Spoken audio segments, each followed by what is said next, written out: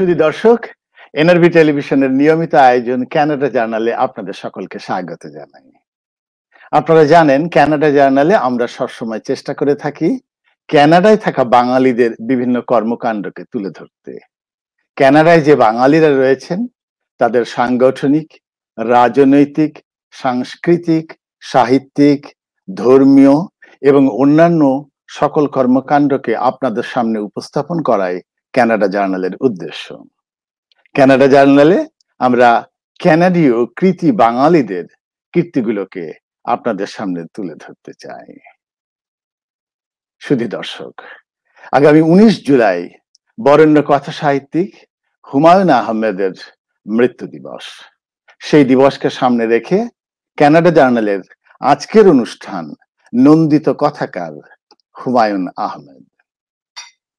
আমরা আনন্দিত আজকের এই অনুষ্ঠান এবং জুলাই মাসের সবকটি অনুষ্ঠানকে স্পন্সর করেছেন, এনআরবি টেলিভিশনের জন্য স্পন্সর করেছেন আমাদের টরন্টোর বিশিষ্ট রিয়েলটর সমাজকর্মী সনত বড়ুয়া। আমরা সনত বড়ুয়ার প্রতি কৃতজ্ঞতা জানাই। সুধী দর্শক, প্রখ্যাত সাহিত্যিক, নন্দিত চলচ্চিত্রকার হুমায়ুন আহমেদকে নিয়ে কথা বলার জন্য আজকে আমাদের সাথে যে তিনজন অতিথি উপস্থিত হয়েছেন তাদের সবাইকে আপনারা জানেন। আমি তাদেরকে আপনাদের সাথে পরিচয় করিয়ে দেব। আমাদের সাথে আজকে যুক্ত হয়েছেন বিশিষ্ট বুদ্ধিজীবী, বরেণ্য কথা সাহিত্যিক, ঢাকা বিশ্ববিদ্যালয়ের প্রাক্তন অধ্যাপক, ইংরেজি বিভাগের অধ্যাপক, বর্তমানে ইউনিভার্সিটি অফ লিবারাল আর্টসে অধ্যাপক, গল্পকার, নন্দন তত্ত্ব পণ্ডিত সৈয়দ মঞ্জুরুল ইসলাম। সৈয়দ মঞ্জুরুল ইসলাম স্যার, আপনাকে আমাদের অনুষ্ঠানে স্বাগত জানাই। আপনাকে ধন্যবাদ সুব্রত। সুধী দর্শক, আমাদের সাথে আজকে আরো যুক্ত হয়েছেন বিশিষ্ট অভিনেত্রী, আবৃত্তিকার, নাট্য পরিচালক, লেখক এবং চিন্তক লুৎফুন নাহার লতা। লতা, আপনাকে আমাদের অনুষ্ঠানে স্বাগত। আপনাদেরকেও আমার পক্ষ থেকে শুভেচ্ছা জানাচ্ছি এবং সেই সঙ্গে আমাদের সঙ্গে আজকে যারা রয়েছেন তাদের সবার জন্য আমার শুভেচ্ছা রইল।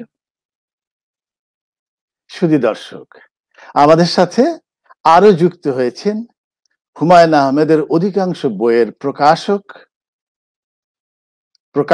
প্রকাশনা প্রতিষ্ঠান অন্য প্রকাশের প্রধান নির্বাহী মাজহারুল ইসলাম।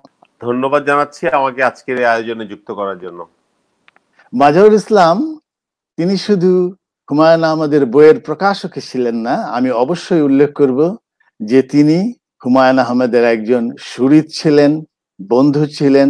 বিশেষ করে শেষের রোগক্লিষ্ট সময়ে তিনি যে ভূমিকা পালন করেছেন হুমায়ুন ভক্তরা সেটি দীর্ঘকাল মনে রাখবে।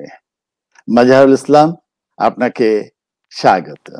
সুধী দর্শক, আপনারা সবাই জানেন হুমায়ুন আহমেদের জন্ম হয়েছিল 1948 সালের 13 নভেম্বর এবং মাত্র 64 বছর বয়সে 2012 সালের 19 জুলাই তিনি মৃত্যুবরণ করেন।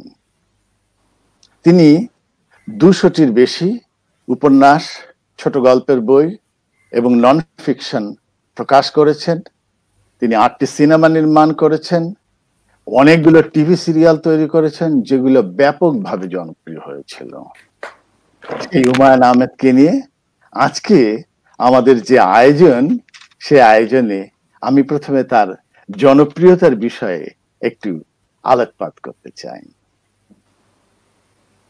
আমরা যদি একটু প্রশ্ন করি হুমায়ুন আহমেদ কেন জনপ্রিয়, তাহলে সেই প্রশ্নের উত্তর পেতে আমাদের খুব বেশি দূরে যেতে হবে না, কিন্তু একটু উদ্ধৃতি দিয়ে আমি সেই প্রশ্নের ভেতরে ঢুকতে চাই। 1994 সালে ভোরের কাগজে 4 মার্চে আসাদুজ্জামান নূর, বিশিষ্ট অভিনেতা আবৃত্তিকার আসাদুজ্জামান নূর, তিনি তার জনপ্রিয়তার কারণগুলো যেভাবে চিহ্নিত করেছিলেন সেগুলো এমন যে তার বই পড়ার মধ্যে আনন্দ পাওয়া যায়, সহজ ভঙ্গিতে তার লেখা পাঠক পছন্দ করেন। তার লেখার ভেতরে দার্শনিক পাগলামো আছে এবং মানুষের যে চূড়ান্ত পর্যায় সেটি হচ্ছে মানুষ নিঃসঙ্গ, মানুষ তার আচরণে আসলে অসামঞ্জস্য। এই যে নিঃসঙ্গতা, অসামঞ্জস্যতা, সেগুলোকে হুমায়ুন আহমেদের সাহিত্যে, রচনায় আমরা খুব পেয়ে থাকি বলেই তিনি জনপ্রিয়। আমি প্রফেসর ডক্টর সৈয়দ মঞ্জুরুল ইসলামকে যদি প্রশ্ন করি, স্যার আপনি কি একটু ব্যাখ্যা করবেন যে কেন তিনি এত বিপুলভাবে জনপ্রিয় হয়েছিলেন? এই শিরোনামে আমিও একটা লেখা লিখেছিলাম অনেক আগে, এটা মাঝহারের হয়তো মনে আছে। দুটো জিনিস একটু আগে বলে নেই যে মাঝহারুল ইসলাম কিন্তু একজন কথা সাহিত্যিকও বটে। তার মানে হুমায়ুন ভাইয়ের সংস্পর্শে যারা এসেছিলেন তারা সৃষ্টিশীলভাবে অনুপ্রাণিত হয়েছেন। আর দ্বিতীয় একটি পরিচয় হুমায়ুন ভাইয়ের, যেটি অনেকেই বলেন না কিন্তু বলা উচিত বলে আমি মনে করি, তিনি একজন খুব ভালো চিত্রকর হিসাবে আবির্ভূত হচ্ছিলেন। ছবি আঁকতেন, অনেকগুলি ছবির একটি প্রদর্শনী নিউ ইয়র্কে হয়েছিল। আমার সৌভাগ্য তার প্রায় সবগুলি ছবি দেখতে পেরেছি। আমার মনে হয়েছে তিনি যেভাবে তার গল্পে, উপন্যাসে জীবন এবং প্রকৃতিকে বিন্যস্ত করতেন, সেরকম তিনি ক্যানভাসে করার চেষ্টা করেছেন। সেখানে একটা রোমান্টিকতা ছিল এবং প্রকৃতিকে একটা মায়ার ভিতর দিয়ে, একটা মায়ার জালের ভিতর দিয়ে দেখানোর একটা প্রয়াস ছিল। তো জনপ্রিয়তার কারণগুলি আসাদুজ্জামান নূর ভাই যেরকম বলেছেন, আমি তার সঙ্গে একমত। দার্শনিক পাগলামোটা খুব গুরুত্বপূর্ণ। ওই পাগলামো কথার ভিতরে এটা কিন্তু অসঙ্গত নয়, পাগলামোটা জীবনেরই একটি অংশ। একটা সময় এই জনপ্রিয় সাহিত্যকে খুব অবমূল্যায়ন করা হতো। যেমন শরৎচন্দ্র তার নিজের জীবনে খুব জনপ্রিয় একজন সাহিত্যিক ছিলেন এবং তাকে নিয়েও আকারে ইঙ্গিতে বলা হতো জনপ্রিয়তা মানের কোনো নির্ণায়ক নয়।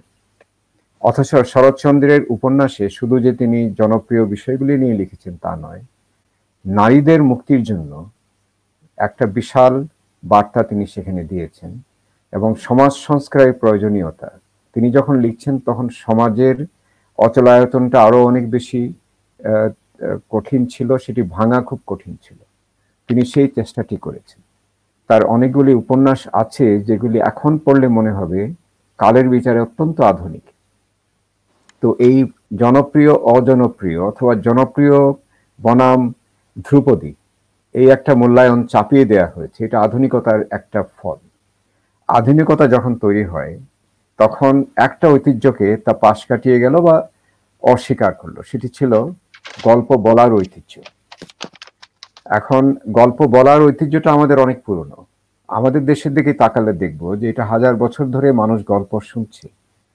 আর গল্প লেখার ঐতিহ্য তো বেশি দিন আগের নয়। এই ছাপাখানা কবে আসলো? ফোর্ট উইলিয়াম কলেজ হলো, তারপর ছাপাখানা শ্রীরামপুর ছাপাখানা হলো, তারপর আমাদের আধুনিক সাহিত্যের উৎসার হলো।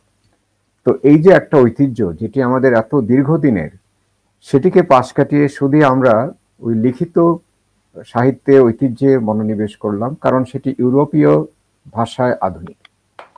এবং এই আধুনিক সাহিত্য চর্চায় বুদ্ধিবৃত্তির একটা বড় ভূমিকা আছে।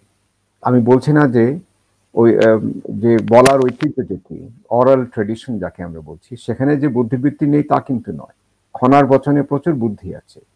আমাদের যে সমস্ত ছোট ছোট ফেবলস আমরা পড়ি, আমরা ছোটবেলা পড়তাম ঈশপের গল্পের মতো আমাদের দেশেও গল্প আছে, গোপাল ভাঁড়ের হাসির গল্প আছে। এই গল্পগুলিতে এই যে যেটা শ্রুতি, যেটা মানুষ ধরে রাখে স্মরণ শক্তির মাধ্যমে এবং যেটি একটি প্রজন্ম থেকে আরেকটি প্রজন্মতে সঞ্চারিত হয়, তাতে জীবনের ছবিটা অত্যন্ত প্রবলভাবে ফুটে ওঠে। এবং সেই জীবনটা একেবারে প্রতিদিনের, বলা যায় ঘাসের মাঠের এবং ঘাটের জীবন।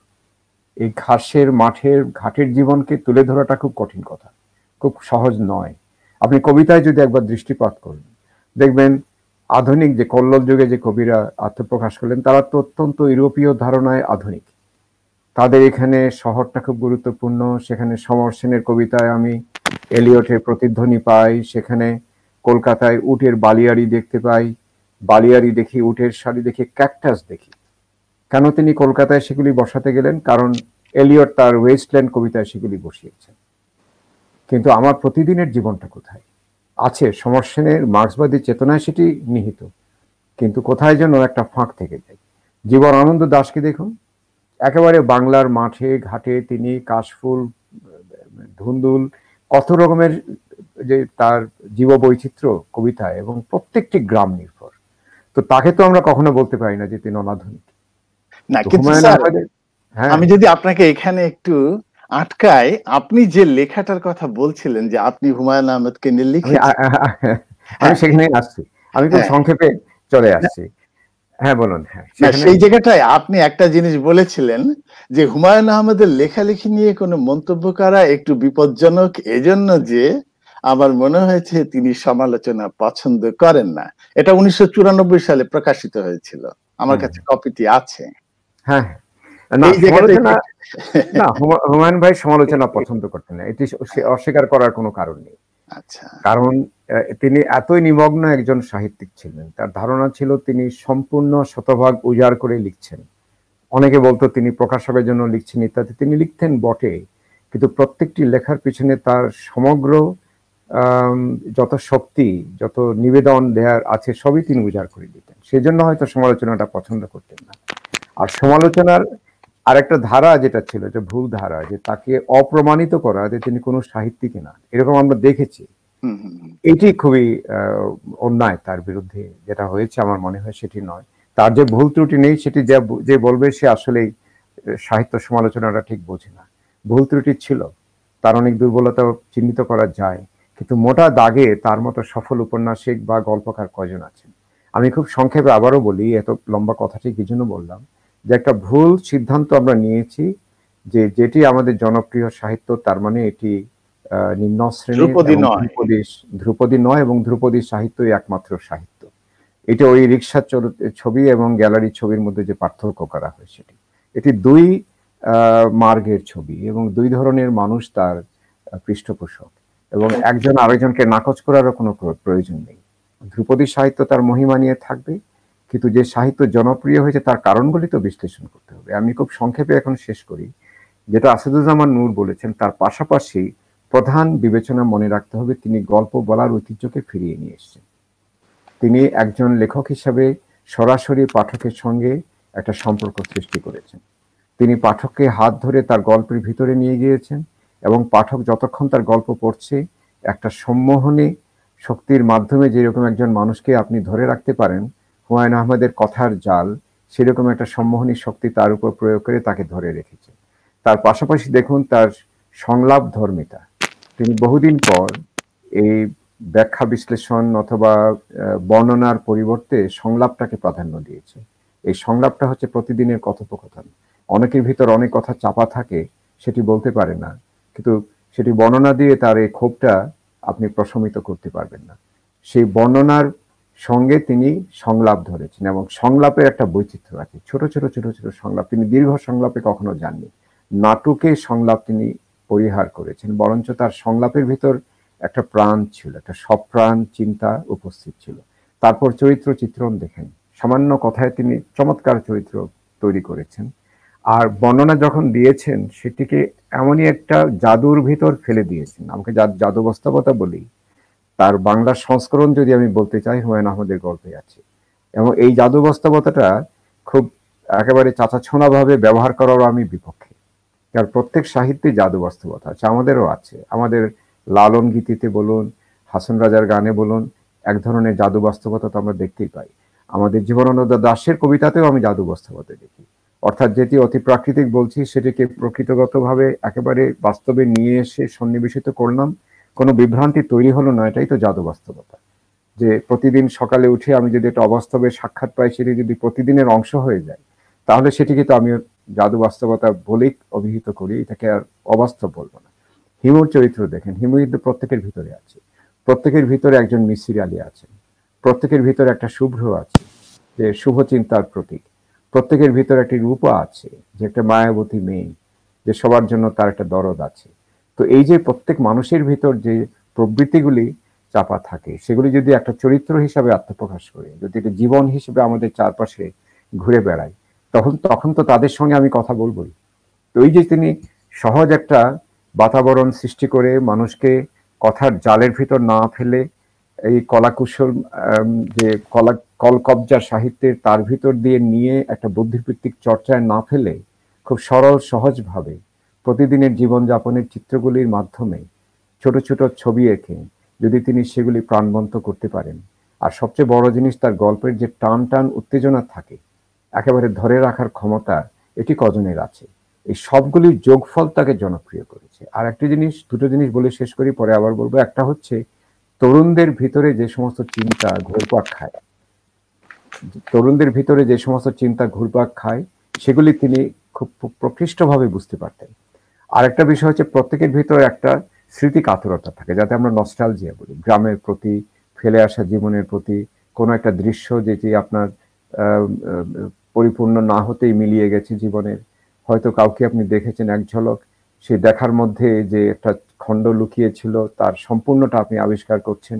এই যে প্রাপ্তি অপ্রাপ্তির গল্প যেটি নস্টালজিয়ার ভিতরে মানুষের জমা থাকে, এইগুলি তিনি অবমুক্ত করেছেন। ফলে প্রত্যেকটি গল্পে একেবারে ঢুকে পড়ার একটা আমন্ত্রণ তিনি প্রথম থেকে দিয়ে রাখতেন, এবং এই সহজ সরলভাবে টেনে নেওয়ার ক্ষমতাটা যেটি একদম পুরোনো দিনের গল্পকারদের ছিল, সেটি তিনি প্রদর্শন করেছেন নতুন ভাবে।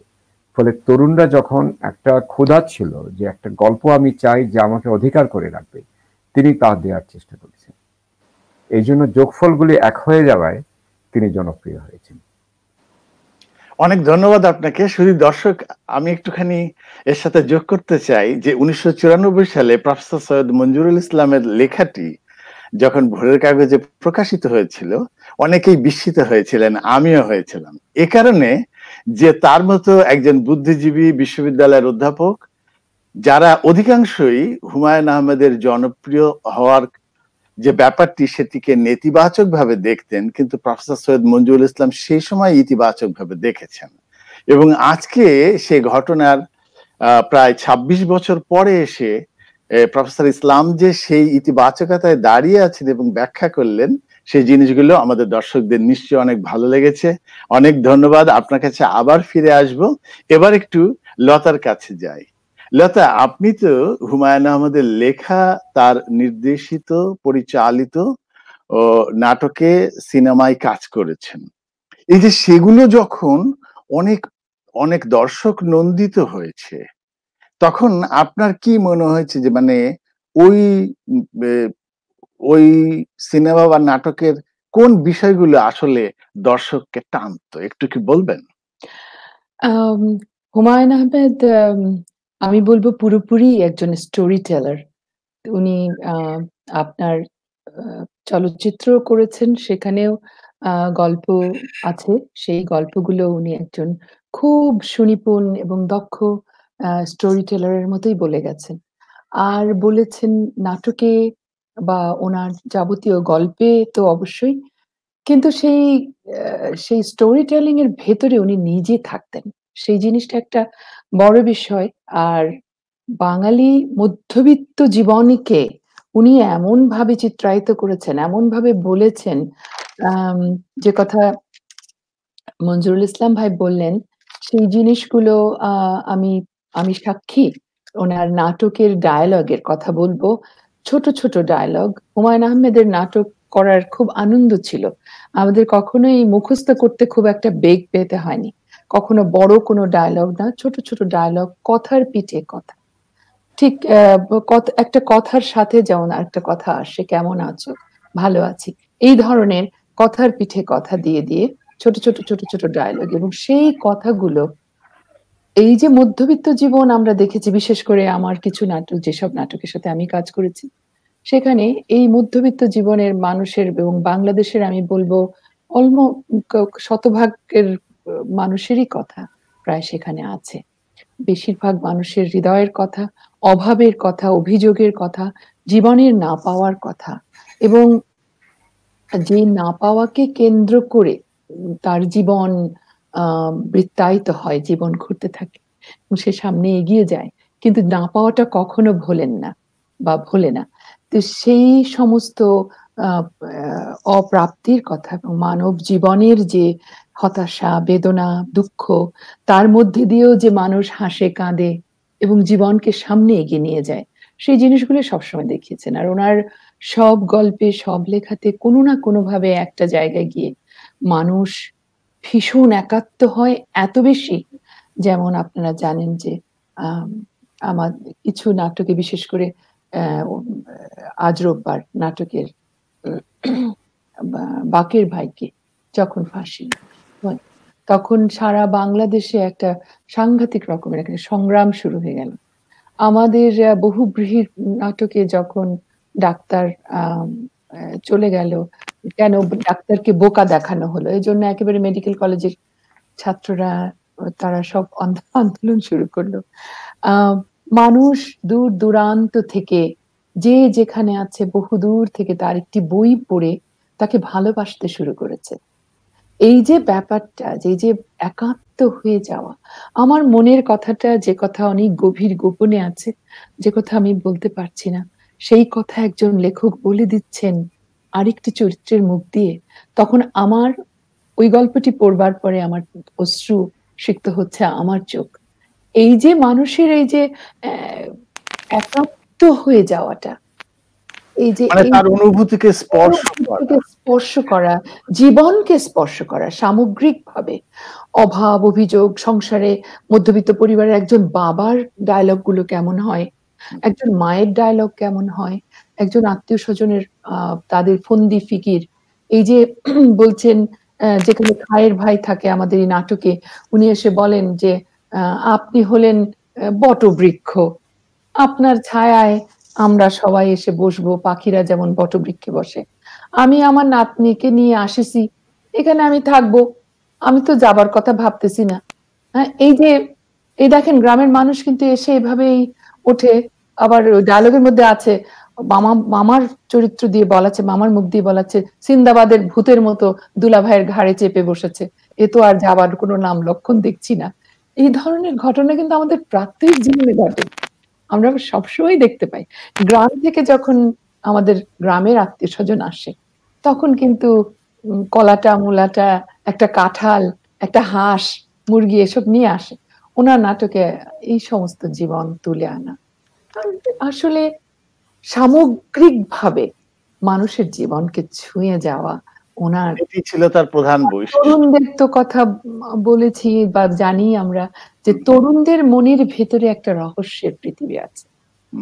হুমায়ুন ভাই কিন্তু চিরতরুণ, ওনার ভেতরে ওই ভূতের ভয়, ভূতের খেলা, তারপরে এই ওনার এই পশু পাখি পালা, তারপরে গাছপালা তো ছিলই, তারপরে দেখেন নুহাশপল্লীতে ওনার একটা ওই আলাদা করে একটা ভূতের ঘর আছে, সেখানে মাঝার তো সাক্ষী অনেক কিছুর, মাঝার কাছে নিশ্চয়ই শুনবো সেসব।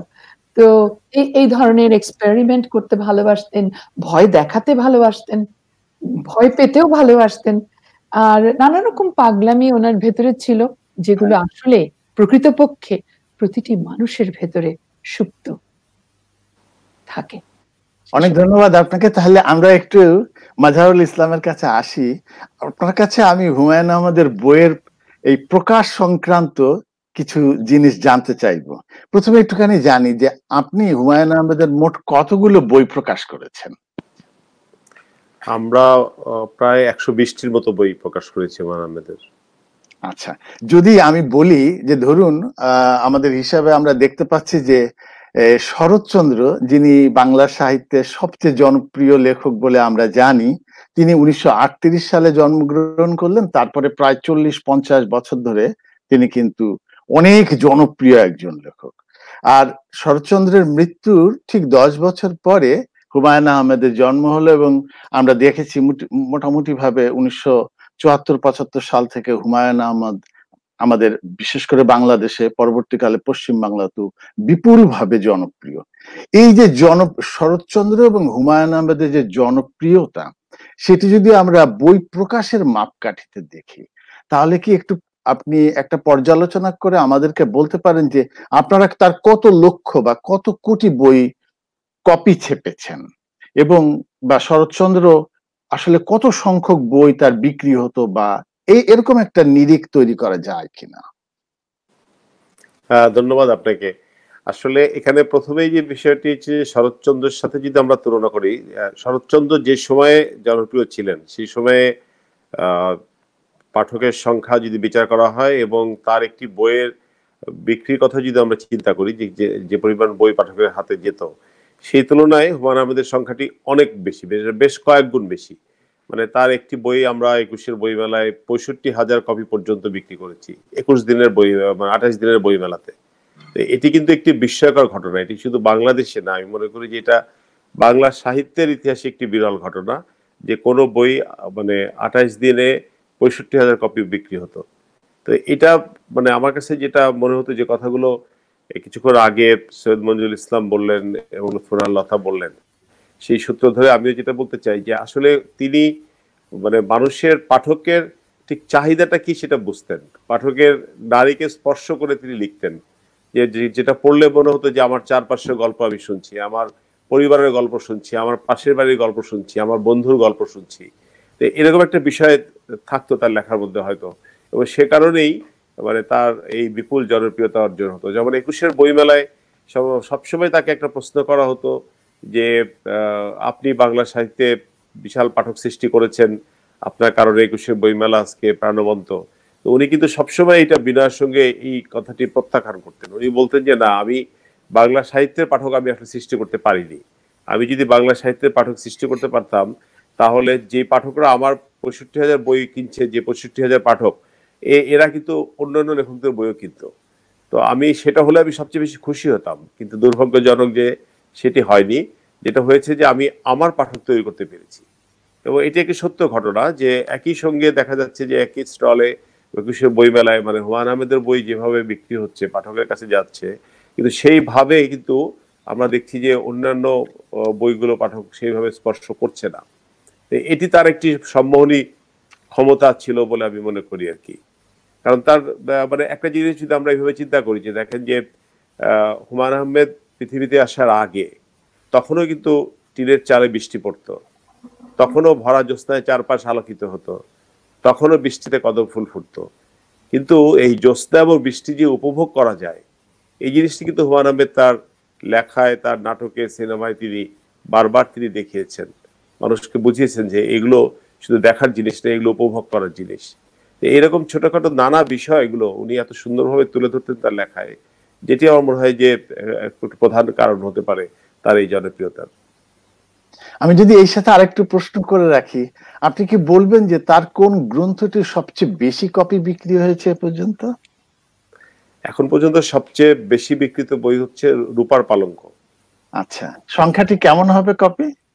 এই বইটিও যে ২১-এর বইমেলায় প্রায় ৬৫,০০০ কপি বিক্রি হয়েছিল, পরবর্তীতে এটি এখন প্রায় ১ লক্ষ কপি কাছাকাছি হবে। আচ্ছা, প্রায় ৯০-৯৫,০০০ আচ্ছা, মতো বিক্রি হবে। তাহলে কি তার কোন বই ১ লক্ষ কপির বেশি যায়নি এখনো? না, ১ লক্ষ কপির বেশি যায়নি। আচ্ছা, অনেক ধন্যবাদ। এটা আমাদের জন্য একটা ধারণা হলো, আমাদের দর্শকরা বুঝতে পাচ্ছেন যে আসলে বাংলা সাহিত্যের সবচেয়ে জনপ্রিয় যে লেখক, তার কত কপি বই বিক্রি হয়। আমি এবার একটু প্রফেসর ইসলামের কাছে যাব। স্যার, আপনার কি মনে আছে যে তার একটা উপন্যাস আছে দূরে কোথায়, মানে যেটাতে ওসমান নামে একজন চরিত্র আছেন, সেই ওসমানকে আমরা দেখি যে তিনি আসলে একজন লেখক, এবং বইটির ভূমিকায় হুমায়ুন আহমেদ নিজে লিখেছিলেন। লক্ষ্য করলাম এই উপন্যাসে আমি নিজের কথা বলতে শুরু করেছি। আমি এই প্রসঙ্গটি এই জন্য আনছি যে আমাদের অনেক সময় মনে হয় যে সব উপন্যাসে কি হুমায়ুন আহমেদ আসলে নিজের কথাই বলেছেন? আপনি একজন সাহিত্য সমালোচক হিসেবে এটিকে কিভাবে দেখেন? নিজের কথা সব উপন্যাসে বলেছেন সেটি বলা যাবে না, বরঞ্চ পৃথিবীটা তার কাছে যেভাবে ধরা দিয়েছিল সেই ছবিটা তিনি আঁকার চেষ্টা করেছেন একান্ত নিজের মতো করে। তাতে মনে হতে পারে যে তিনি সেখানে উপস্থিত। তো সেই জন্য ভালো যারা লিখেন, যারা জনপ্রিয় হন এবং ভালো লেখেন, একই সঙ্গে যেভাবে বর্ণনাটা শুনলাম তার কেন তার জনপ্রিয়তা, যদি সেভাবে উনি লিখতে পারেন তাহলে সেখানে তার উপস্থিতি একটা থেকেই যায়। কারণ তার মতো করে তো যেটা মাঝার বললেন, জ্যোৎস্না এইভাবে কেউ দেখায়নি। বৃষ্টি বিলাস যে হতে পারে এটি বাঙালি বহুদিন থেকে জানে। আমরাও ছোটবেলায় বৃষ্টির সময় মাঠে ঘুরে বেড়াতাম, এখনো দেখি আমার বাসা থেকে আবাহনী মাঠ দেখা যায়, বাচ্চারা ঘুরে বেড়াচ্ছে, বৃষ্টিতে আনন্দ পাচ্ছে। কিন্তু লেখাতে যে বৃষ্টি বিলাস ফুটে উঠতে পারে সেটা তো তিনি দেখিয়েছেন। ফলে যখনই বৃষ্টিতে মানুষ ভিজছে মনে হয় যেন সেখানে হুমায়ুন আহমেদ আমাকে নিয়ে যাচ্ছেন। তার কারণটা হচ্ছে তিনি একটা ওই ঘটকের মতো ভূমিকা পালন করেছেন। প্রস্তুত ছিল মানুষ এটির জন্য, জিনিসটাও প্রস্তুত ছিল, তিনি সেটা নিয়েছেন, অনুঘটকরা যে কাজটা করে থাকে। তো সেই যোগসূত্র তিনি প্রতিষ্ঠা করেছেন জীবনের সঙ্গে, মানুষের প্রতিদিনের জীবনযাপনের, যার ফলে তাকে একটা অবধারিত উপস্থিতি হিসেবে আমাদের মনে হয়েছে। আর কিছু উপন্যাসে তিনি তো অবশ্যই আছেন। আমি মনে করি যে উপন্যাসগুলি মুক্তিযুদ্ধ নিয়ে লেখা, সেগুলিতে তিনি কোনো না কোনোভাবে নিজেকে উপস্থাপিত করেছেন, এবং সেখানে তার ব্যক্তিগত যে নিষ্ঠা ছিল এই ইতিহাসের প্রতি, যে ভালোবাসা ছিল দেশটার প্রতি, যে বেদনা ছিল এত মানুষের মৃত্যুর জন্য, সেই বিষয়গুলি তিনি একেবারে সুন্দরভাবে সাজিয়ে উপন্যাসগুলি তৈরি করেছেন। ফলে তার মুক্তিযুদ্ধের জ্যোৎস্না জননীর গল্প তিনি তো সবখানেই আছেন সেখানে। এমনকি দেয়াল নামে যে শেষ উপন্যাসটা, যেটা নিয়ে কিছু বিতর্ক সৃষ্টি হয়েছিল পরে, হ্যাঁ, আমি মনে করি সেটাও তিনি একটা ঋণ শোধের জন্য সেটি করেছিলেন। মধ্যাহ্নটা তিনি একটা ঋণ শোধের দায় নিয়ে করেছিলেন। মধ্যাহ্ন যখন লিখছিলেন তখন এক পর্যায়ে তার শারীরিক অসুস্থতা ধরা পড়ে এবং তিনি চিন্তিত ছিলেন তিনি এটি শেষ করতে পারবেন কিনা। তার কাছ থেকে শুনেছি তিনি একটা ঋণ শোধের মতো এই উপন্যাসটি মধ্যাহ্ন লিখেছেন। মধ্যাহ্ন তো একটা অসাধারণ উপন্যাস। এটি কোনো জনপ্রিয়তার মাপে আমি ফেলবো না, জনপ্রিয় হয়েছে কারণ তার লেখার গুণে, কিন্তু এটিতে ধ্রুপদী সাহিত্যে যে সমস্ত গুণ থাকার কথা, জনজীবনে যে দ্বন্দ্বগুলি, এই সাম্প্রদায়িক শক্তিগুলি, অপশক্তিগুলি যেভাবে মানুষকে বিভ্রান্ত করে, গ্রামের ভিতরে সহজ মানুষকে প্রতারিত করে, এই বিষয়গুলি তিনি সেখানে তুলে ধরার চেষ্টা করেছেন। এই নানান তন্ত্র যেভাবে মানুষকে শোষণ করে, এই ধরুন আপনি বিভিন্ন তন্ত্র যেগুলি যে কোনো রাষ্ট্র ব্যবস্থায়, যে কোনো দেশে, যে কোনো সমাজের রাষ্ট্র ব্যবস্থা, সমাজ ব্যবস্থায় তাকে পুরুষতন্ত্র ধরুন একটি তন্ত্র, সেটিও তো নারীদের স্বাধীনতার বিপক্ষে দাঁড়িয়ে যায়। তারপর ধনতন্ত্র, সেটি তো গরিবের সমস্ত গ্রাস কেড়ে নেয়। তো এই বিষয়গুলি হুমায়ুন আহমদ খুব নিষ্পৃহভাবে, কোনো ধরনের রাজনৈতিক চিন্তা থেকে নয়, কোনো ধরনের সমাজ সংস্কারকের চিন্তা থেকে নয়, বরঞ্চ একেবারে তার নিজস্ব একটা দৃষ্টিকোণ থেকে, একটা দায়বদ্ধতা থেকে, সাধারণ মানুষের কাতার থেকে দাঁড়িয়ে তিনি বিষয়গুলি ব্যাখ্যা করেন। তো সেখানে তিনি যে এই বিষয়গুলির ব্যাখ্যার দায়িত্ব নিয়েছেন, ওই দায়িত্বটা তিনি ভুলতে পারেন না। তিনি একজন লেখক, এবং লেখকের কাজ হচ্ছে দেখানোর এবং দেখানোর সঙ্গে চিন্তার একটা মিলন ঘটিয়ে দেয়া। এই বিষয়টা তিনি খুব সুন্দরভাবে করেছেন, কিন্তু প্রকাশ্য কোনো ঘোষণা দিয়ে করেননি। সেই জন্য তাকে আমরা পাই। আর তাছাড়া গল্প বলার যে ঐতিহ্যের কথা বললাম, আপনি নিজের শৈশবের কথা ভাবুন, যখন কেউ গল্প বলছেন, আপনি গল্প থেকে গল্প কথাকে আলাদা করতে পারবেন না। এটা বড় একটা শিল্পের গুণ হচ্ছে, আপনি যেমন ইয়েটসের একটা কবিতায় আছে যেখানে তিনি বলছেন, how can you know the dancer from the dance. একজন নৃত্যশিল্পী নাচছেন, তার থেকে নৃত্যকে আলাদা করবেন কিভাবে? একজন গান গাইছেন, তার থেকে গানটা আপনি আলাদা করবেন কিভাবে? যদি আপনি গানটা আলাদা থেকে ওই যে শিল্পকে তিনি উপস্থাপন করছেন তাকে বিচ্ছিন্ন করে ফেলা যায় না, একেবারেই না। তবে ওই আরেকটা কথা যে দূরে কথা উপন্যাসটাতে তিনি এই ভূমিকাটায়, তিনি একজন লেখকের বর্ণনায় লিখেছেন সেটি, সেখানে লেখক যে হুমায়ুন আহমদ তিনি বলছেন, কিন্তু সেই লেখক যে কোনো একজন তরুণ লেখকও হতে পারেন। ওই লেখকের চরিত্রটি তিনিও ধারণ করতে পারেন। যেরকম লতা যে চরিত্র অভিনয় করছে সেখানে আরেকজন অভিনয় করতে পারেন, এবং দুজনের অভিনয় পার্থক্যের ভিতর প্রমাণিত হবে কে এটাকে বেশি জীবন্ত করেছে। সেই ধরনের তিনি যখন লেখকদের নিয়ে চলে আসতেন গল্পে, তখন সেই লেখকের ভূমিকা হুমায়ুন আহমদ একভাবে নিতেন, আর আহ্বান জানাতেন তরুণদের, আপনারাও এই লেখকের জুতোয় পা রেখে হাঁটুন এবং পৃথিবীটাকে দেখুন, তার চোখ দিয়ে দেখবেন আপনার দেখার ভিতর সততাটা পরিষ্কার হবে। দেখা এবং দেখানোর ভিতর যদি একটা সংযোগ না থাকে, যদি সেখানে সততার অভাব হয়, যদি চালাকি থাকে, তাহলে সেই সাহিত্য মানুষ বেশি দিন গ্রহণ করবে না। এটি মনে রাখতে হবে। একজন বড় লেখকের কথা বলি, আমাদের হাসান আজিজুল হক অথবা আমাদের সৈয়দ শামসুল হক, তারা ধ্রুপদী পর্যায়ে সাহিত্য লিখেছেন, কিন্তু এই ভূমিকাটি পালন করেছেন। তাদের দেখার এবং দেখানোর ভিতরে কোনো অস্বচ্ছতা ছিল না। সেই জন্য তারাও জনপ্রিয় হতে পারতেন যদি আমাদের প্রত্যেকেই ওই মাঝার যেটি বলল যে শুধু হুমায়ুন আহমেদের বই না কিনেই যদি আমাদের সেরকম সামর্থ্য থাকতো অনেকের বই কেনার, এবং সেরকম একটা শিক্ষার সংস্কৃতি থাকতো যে পড়ুন পড়ুন এবং পড়ুন, তাহলে হয়তো তাদেরও আমরা জনপ্রিয় বলতে পারতাম, যদিও তারা নিজেদেরকে কখনো সেই দাবিতে একমত হবেন না। দুটো একটা বিষয়, এই বাকের ভাই কিন্তু আজ রোববারে নয়, এটা কোথাও কেউ নেইতে পাটিল ভাই ছিলেন। আর শরৎচন্দ্র 1938 সালে মারা গিয়েছিলেন। মারা গিয়েছে, আমি কি জন্ম সরি। আর আরেকটা জিনিস হচ্ছে হুমায়ুন আহমেদের অনেক বই 1 লক্ষ কপির বেশি বিক্রি হয়েছে, এটা পাইরেটেড সংস্করণ। যদি সেগুলি আমরা ধরে নেই যে অন্য প্রকাশ বের করেছে, আবার অনেকে অন্য প্রকাশে এটা মেরে দিয়ে বই ছাপিয়ে দিয়েছে। এবং এমনও দেখেছি বইমেলাতে বাইরে হুমায়ুন আহমেদের বই বিক্রি হচ্ছে কোনো একটা সময় যখন তিনি জীবিত ছিলেন। তো বাইরে যত বই বিক্রি হচ্ছে ভিতরে প্রায় সমান পরিমাণ বই বিক্রি হচ্ছে। ফলে আমি তো মনে করি হুমায়ুন আহমেদের অনেক বই হয়তো 1.5 লক্ষ পাঠকের হাতেও পৌঁছে গেছে, যাওয়ার কথা। মানে তিনি জনপ্রিয়তার যে তুঙ্গে পৌঁছেছিলেন সেখানে আমার মনে হয় যে 1 লক্ষ সংখ্যাটি একটু যেন কেমন কম লাগে। অনেক ধন্যবাদ স্যার আপনাকে। আর আপনার জন্য একটা প্রশ্ন আছে, প্রশ্নটা করেছেন তবারক হোসেন, উনি আমাদের টরন্টোরই একজন লেখক, বর্তমানে সম্ভবত ঢাকাতে আছেন। তিনি বলেছেন, নন্দন তত্ত্বের উপর অধ্যাপক ইসলাম স্যারের একটি বই পড়েছি, জানতে চাই হুমায়ুন আহমেদের লেখায় এই নন্দন তত্ত্বের প্রয়োগ কতখানি, একটু কি ইঙ্গিত করবেন? অবশ্যই আছে। নন্দন তত্ত্ব তো জীবনের সৌন্দর্যকে প্রকাশ করা, এবং সৌন্দর্যকে আমি ওই যে বললাম ধ্রুপদী মাপে প্রকাশ করতে পারি, আবার সৌন্দর্যকে আমার প্রতিদিনের জীবন ধারণে প্রকাশ করতে পারি। কামরুল হাসানের ছবিতে একটা ছবি আছে, একটি মেয়ে এই জানলার পাশে বসে একটু শরীরটাকে মানে মুখটাকে একটু সাজিয়ে নিচ্ছে, প্রসাধন নাম।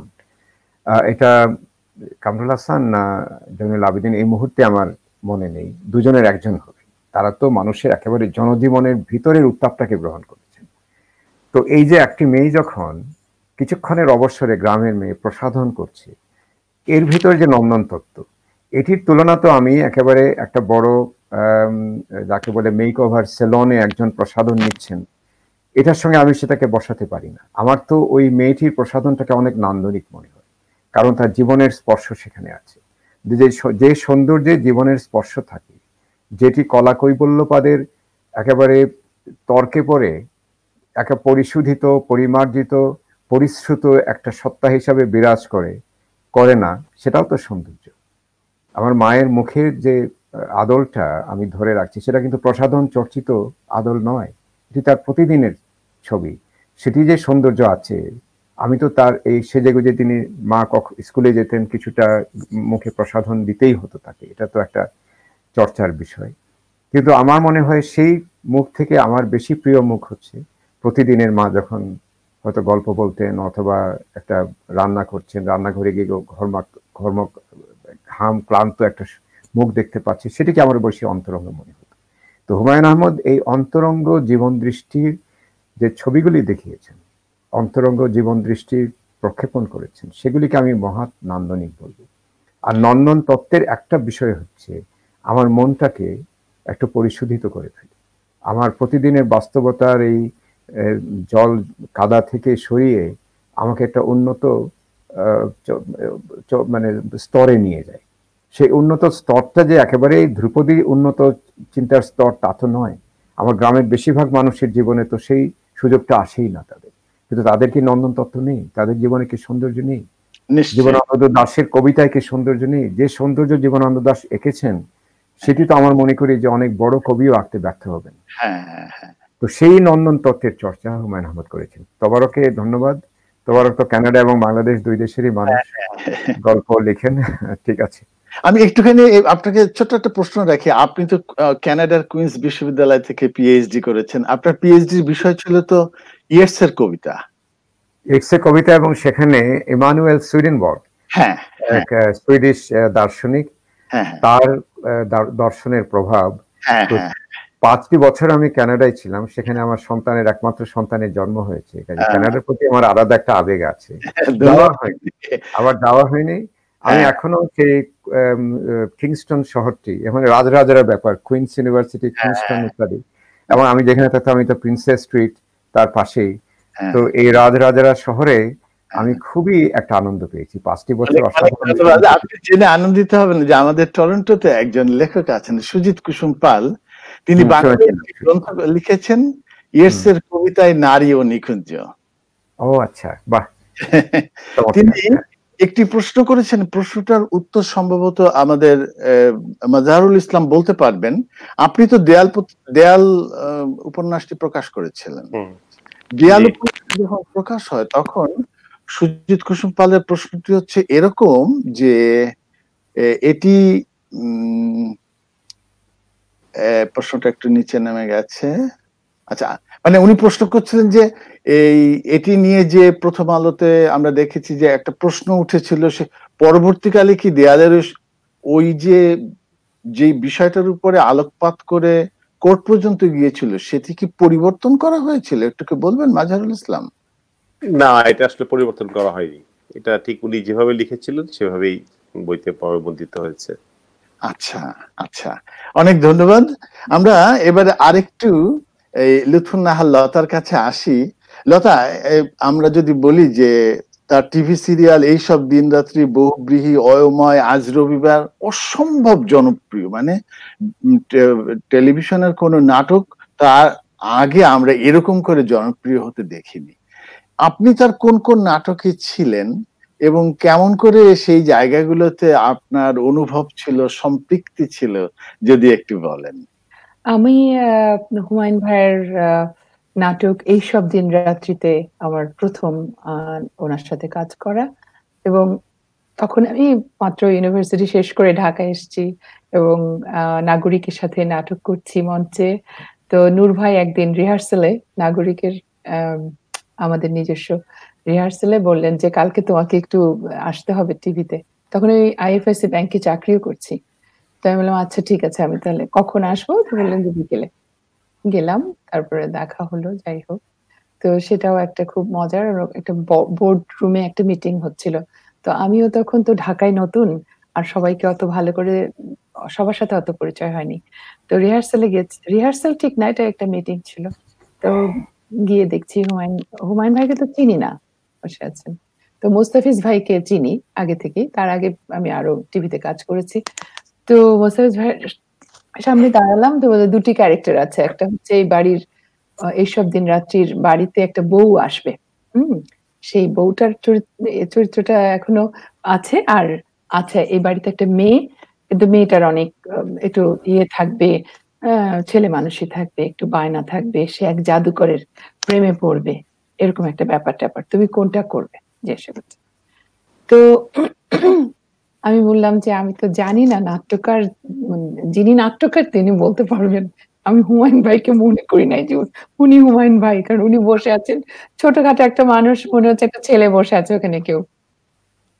তো যাই হোক, কিছুক্ষণ পরে যখন আমি বললাম যে আমি বলতে পারবো না কোন চরিত্রটা আমাকে, তুমি কোনটা চাও? আমি বলবো না, যেটা আমাকে মানাবে, যেই রোলটা আমি নিলে আমাকে মানিয়ে যাবে। তখন হুমায়ুন বলছে এর বুদ্ধি আছে। যাই হোক, তখন মোস্তাফিজ ভাই ওনার দিকে তাকিয়ে বলে, হ্যাঁ হুমায়ুন ভাই কি বলেন, তাহলে ও কি কোন রোলটা করবে? তো হুমায়ুন বলছে বউটা।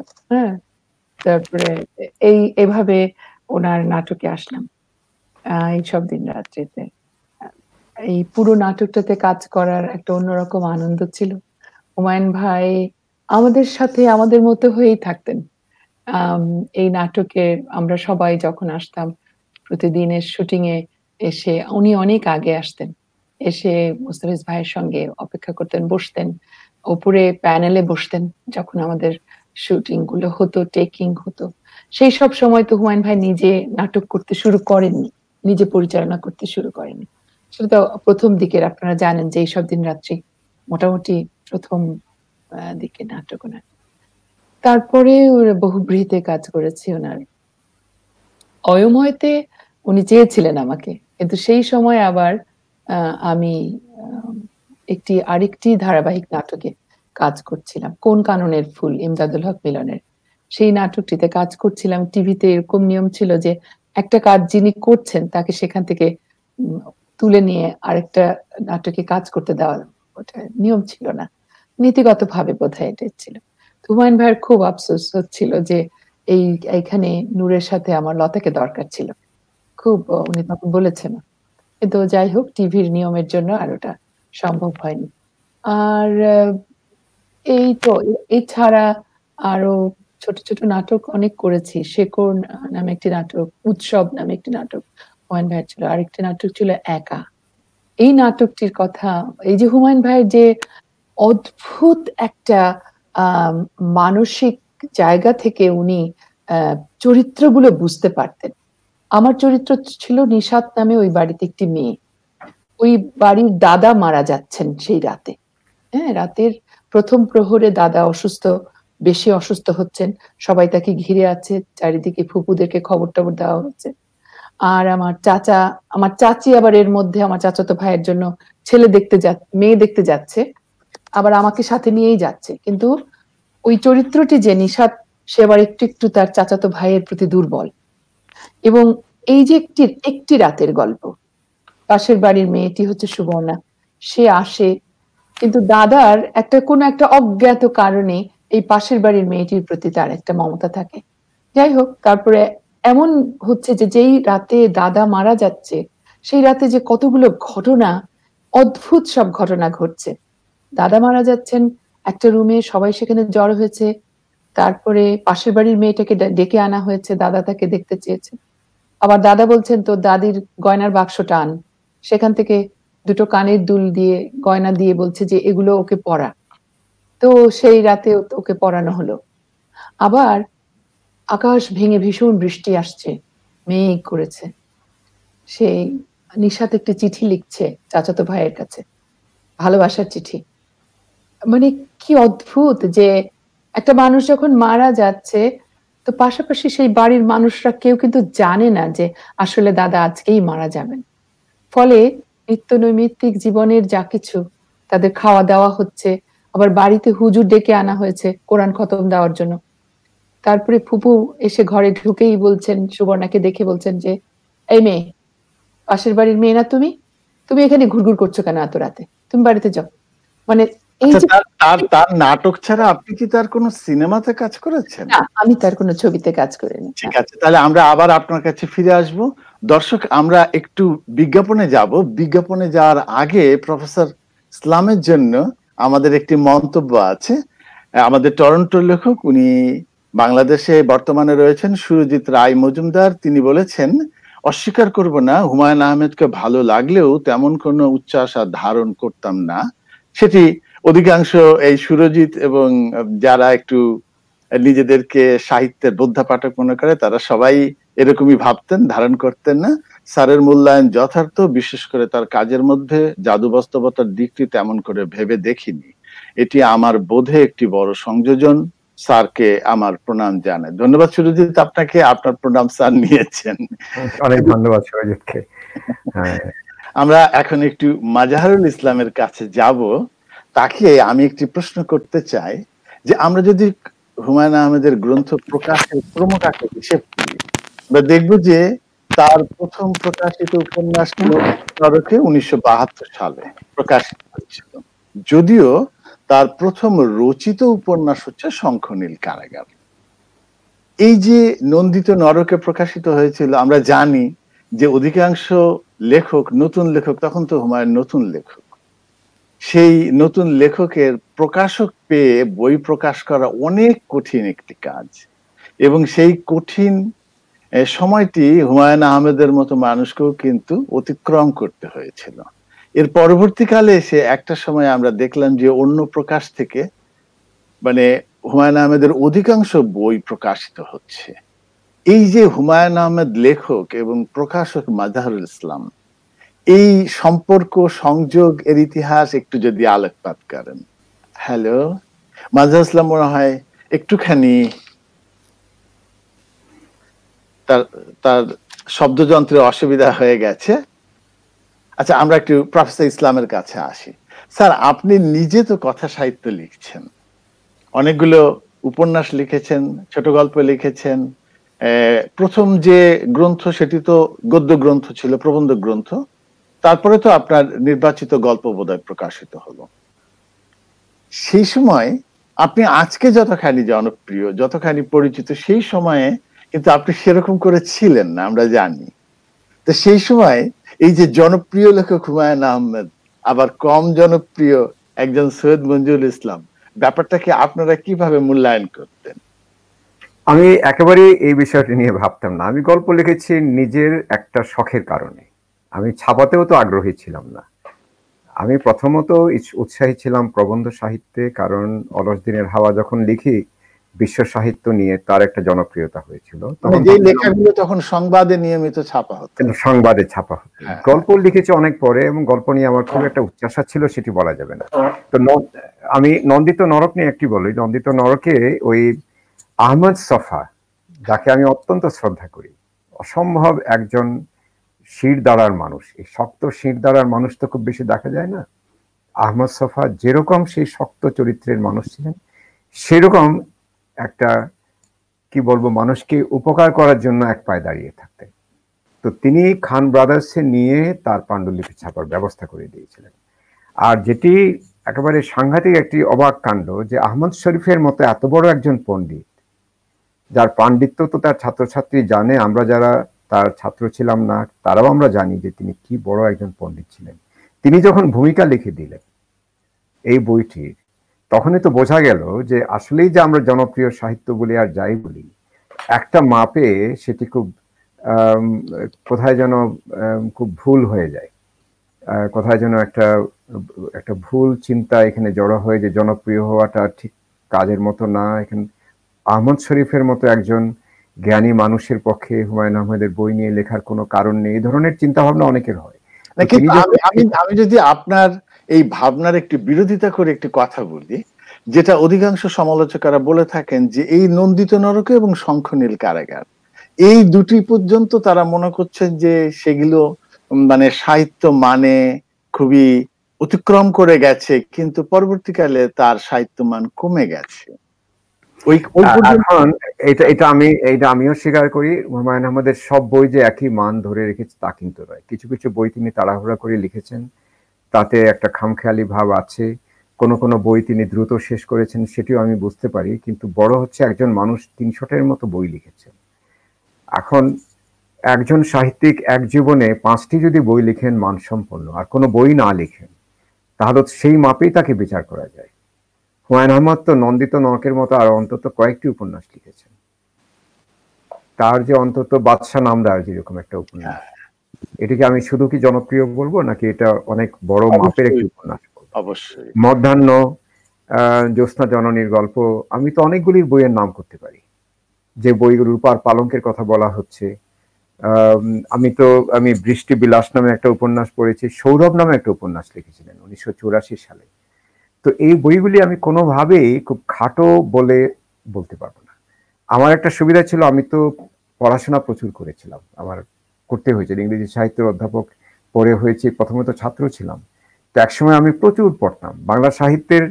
তারাশঙ্কর, এদের এমন কেউ নেই আমি পড়িনি। কাজে আমার মনে হয়েছে যে বিভিন্ন ধারার সাহিত্য রচনা হয়, কারোর সঙ্গে কেউ ঝগড়া করে না। ঝগড়াগুলি আমরা নিজেরা তৈরি করে কোথাও যেন একটা বিভ্রান্তির সৃষ্টি করে রাখি। যে সাহিত্য বাড়ছে, আমেরিকাতে প্রচুর জনপ্রিয় সাহিত্য আছে, তাদেরকে যে একেবারে অবহেলা করা হচ্ছে, মানুষ করছেন তাও নয়। অনেকে আবার যারা খুব বড় সাহিত্যিক, তারাও জনপ্রিয় সাহিত্য লিখেছেন। কাজে ওখানে কিন্তু এই দুটো ঘরানাকে আলাদা করার কোনো আমি প্রয়োজন দেখি না। আর এখন উত্তর আধুনিক যুগে এই বিভাজনটা high class and low class, এটি তো নেই এখন। High culture and low culture এটি তুলে দেওয়া হয়েছে। এখনো যারা হাই কালচারে বিশ্বাস করেন, বুঝতে হবে তাদের ভিতরে কোথাও একটা সমস্যা রয়ে গেছে। তারা জনজীবনের স্পর্শটুকু নিতে অস্বীকার করেন। পত্রিকার সাহিত্য তো এক ধরনের জনপ্রিয় সাহিত্য। আমি যে পত্রিকার গল্পগুলি পড়ি, প্রতিদিন আমাকে প্রবলভাবে নাড়া দেয়। তো এগুলিকে আমি অস্বীকার করবো? জীবনে এগুলি ঘটছে না। এই যে মেয়েটি পাশের বাড়ি চলে আসলো, যেটা গল্পটা বললেন আমাদের লতা, এই যে দাদাটি মারা যাচ্ছেন, তিনি বুঝতে পারছেন তিনি মারা যাবেন, তার ভিতরে কিছু খামখেয়ালিপনা তৈরি হয়েছে। এটি তার জীবনের শেষ খামখেয়ালিপনা, এবং সেটি কয়েকজন মেনে নিচ্ছেন, কয়েকজন বুঝতে পারছেন না, তার জন্য বিভ্রান্তি সৃষ্টি হচ্ছে। যে কোনো গৃহস্থালিতে আপনি যান, এই ধরনের সমস্যা হয়। একটি মেয়ে তার চাচাতো ভাইকে একটি চিঠি লিখে যাচ্ছে, হয়তো তার স্বামীও জানে না। এই ঘটনাগুলি তো ঘটছে আমাদের দেশে। আমরা ভুল না এটা শুদ্ধ না এটা উচিত বা অনুচিত আমরা না যাই, এই মূল্য বিচারে গেলেই কিন্তু একটা সমস্যা হয়। মূল্য বিচারে আপনি যাচ্ছেন, আপনার ভিতরে কি সেই মূল্যবোধটা আছে?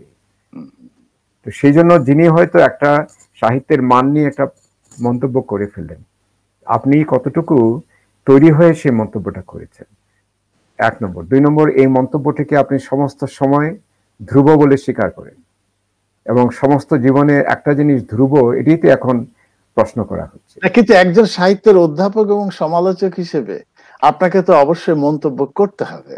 আমাকে করতেই হবে, এবং আমি তো করি, কিন্তু আমি তো বলবো না যে ইয়েটসকে আমি 50 বছর আগে যেভাবে বিচার করেছি এখন একইভাবে বিচার করবো না।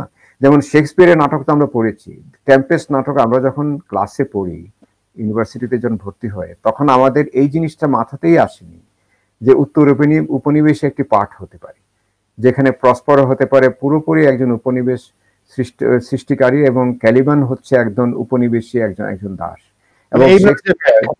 এবং এই অনেক সমালোচক বিভ্রান্ত হয়েছেন যে ক্যালিবানের মুখে সবচেয়ে সুন্দর কবিতাটি কেন দিয়েছেন শেক্সপিয়ার। অনেকে সেটি সরিয়ে নিয়ে আরেকজনের মুখে দিয়ে দিয়েছে। হতেই পারে না, একটা দৈত্যের মুখে কি করে এত সুন্দর কথা শেক্সপিয়ার দিতে পারেন। এখন তো আমরা বুঝি যে তিনি উপনিবেশের পাপগুলি বুঝতে পেরেছিলেন, উপনিবেশের অপরাধগুলি বুঝতে পেরেছিলেন, এবং সেখানে মানুষের যে ব্যক্তিত্ব বিনষ্ট করে, তার সংস্কৃতি নষ্ট করে তাকে দাসে পরিণত করা হয়, এই চর্চার বিরুদ্ধে তিনি একটা শক্ত প্রতিরোধ গড়েছিলেন। কি দিয়ে? তার চিন্তা দিয়ে। তো এই টেম্পেস্টের পাঠ তো এই মুহূর্তে এসে একেবারে পাল্টে গেছে। সেই জন্য হুমায়ুন ভাইয়ের গল্পও পাঠ করবে 100 বছর পরে অন্যরকম একটা পাঠ হবে। আমি একজন সাহিত্যের ছাত্র হিসেবে, অধ্যাপক বলবো না, সাহিত্যের ছাত্র হিসেবে জানি যুগে যুগে পাঠের চরিত্র বদলায়, কারণ যুগে যুগে মানুষের জীবন ধারণ বদলায়। এই দৃশ্য মাধ্যম, এই যে আমরা এখন কথা বলছি, 100 বছর আগে যদি এটি বলতো আপনি জীবিত আছেন, আমরাও আছি, সুব্রত চিঠি লিখলেন যে আপনার সঙ্গে আমি সংযুক্ত হব রাত্রেবেলা, এটা আপনার সকালবেলা, আমি বলতাম সুব্রতর মাথা খারাপ হয়ে গেছে। কিন্তু এখন তো আরো কিছুদিন পর দেখা যাবে যে এর থেকেও সহজ কিছু ডিভাইস বেরিয়ে গেছে, যাতে আপনি আগের দিন জীবন্ত বলে রেখে দিয়েছেন, পরের দিন সেটি জীবন্ত হিসেবে প্রকাশিত হচ্ছে, হতেই পারে। অথবা আপনি হয়তো আরো 100 বছর পরে কোনো সুব্রত হয়তো আরো একটা গ্রহের কোনো লেখকের সঙ্গে সংযুক্ত হতে পারবে। তো জীবন তো এভাবে এগোয়। তো হুমায়ুন ভাইয়ের জীবনের আমি শেষ কথাটাই বলি, যে জিনিসটা আমার খুব ভালো লাগে সেটা হচ্ছে গতিশীলতা। এই সাধারণ জীবন যেটি আমরা মনে করতে পারি একটা গণ্ডিবদ্ধ জীবন, মধ্যবিত্তের, সেখানে কোনো মুক্তি নেই, সেখানে কোনো উদ্ধার নেই, সেই জীবনের ভিতরে যে গতিশীলতা আছে এটি আবিষ্কার করা খুব কঠিন কাজ। তিনি সেটি করেছেন। উচ্চবিত্তের জীবনে গতিশীলতা আছে, আজকে চাইলে ব্যাংকক চলে যেতে পারছে। এই দুর্যোগের সময় মানুষ ব্যাংকক চলে গিয়েছে, আমাদের প্রমাণও আছে। কিন্তু একজন গ্রামের মানুষ কোথায় যাবে? কিন্তু তার ভিতরেও যে তিনি এই যে চাঁদের আলোয় নিজেকে বিকশিত করছে, তার গতিময়তা ওই চাঁদের আলোয় বিকশিত হচ্ছে। একটি মেয়ে একটা চিঠি লিখছে, তার ভিতরে সমস্ত জীবনের বদ্ধ দরজাগুলি খুলে সে বেরিয়ে যাওয়ার একটা আমন্ত্রণ পাচ্ছে নিজের কাছে।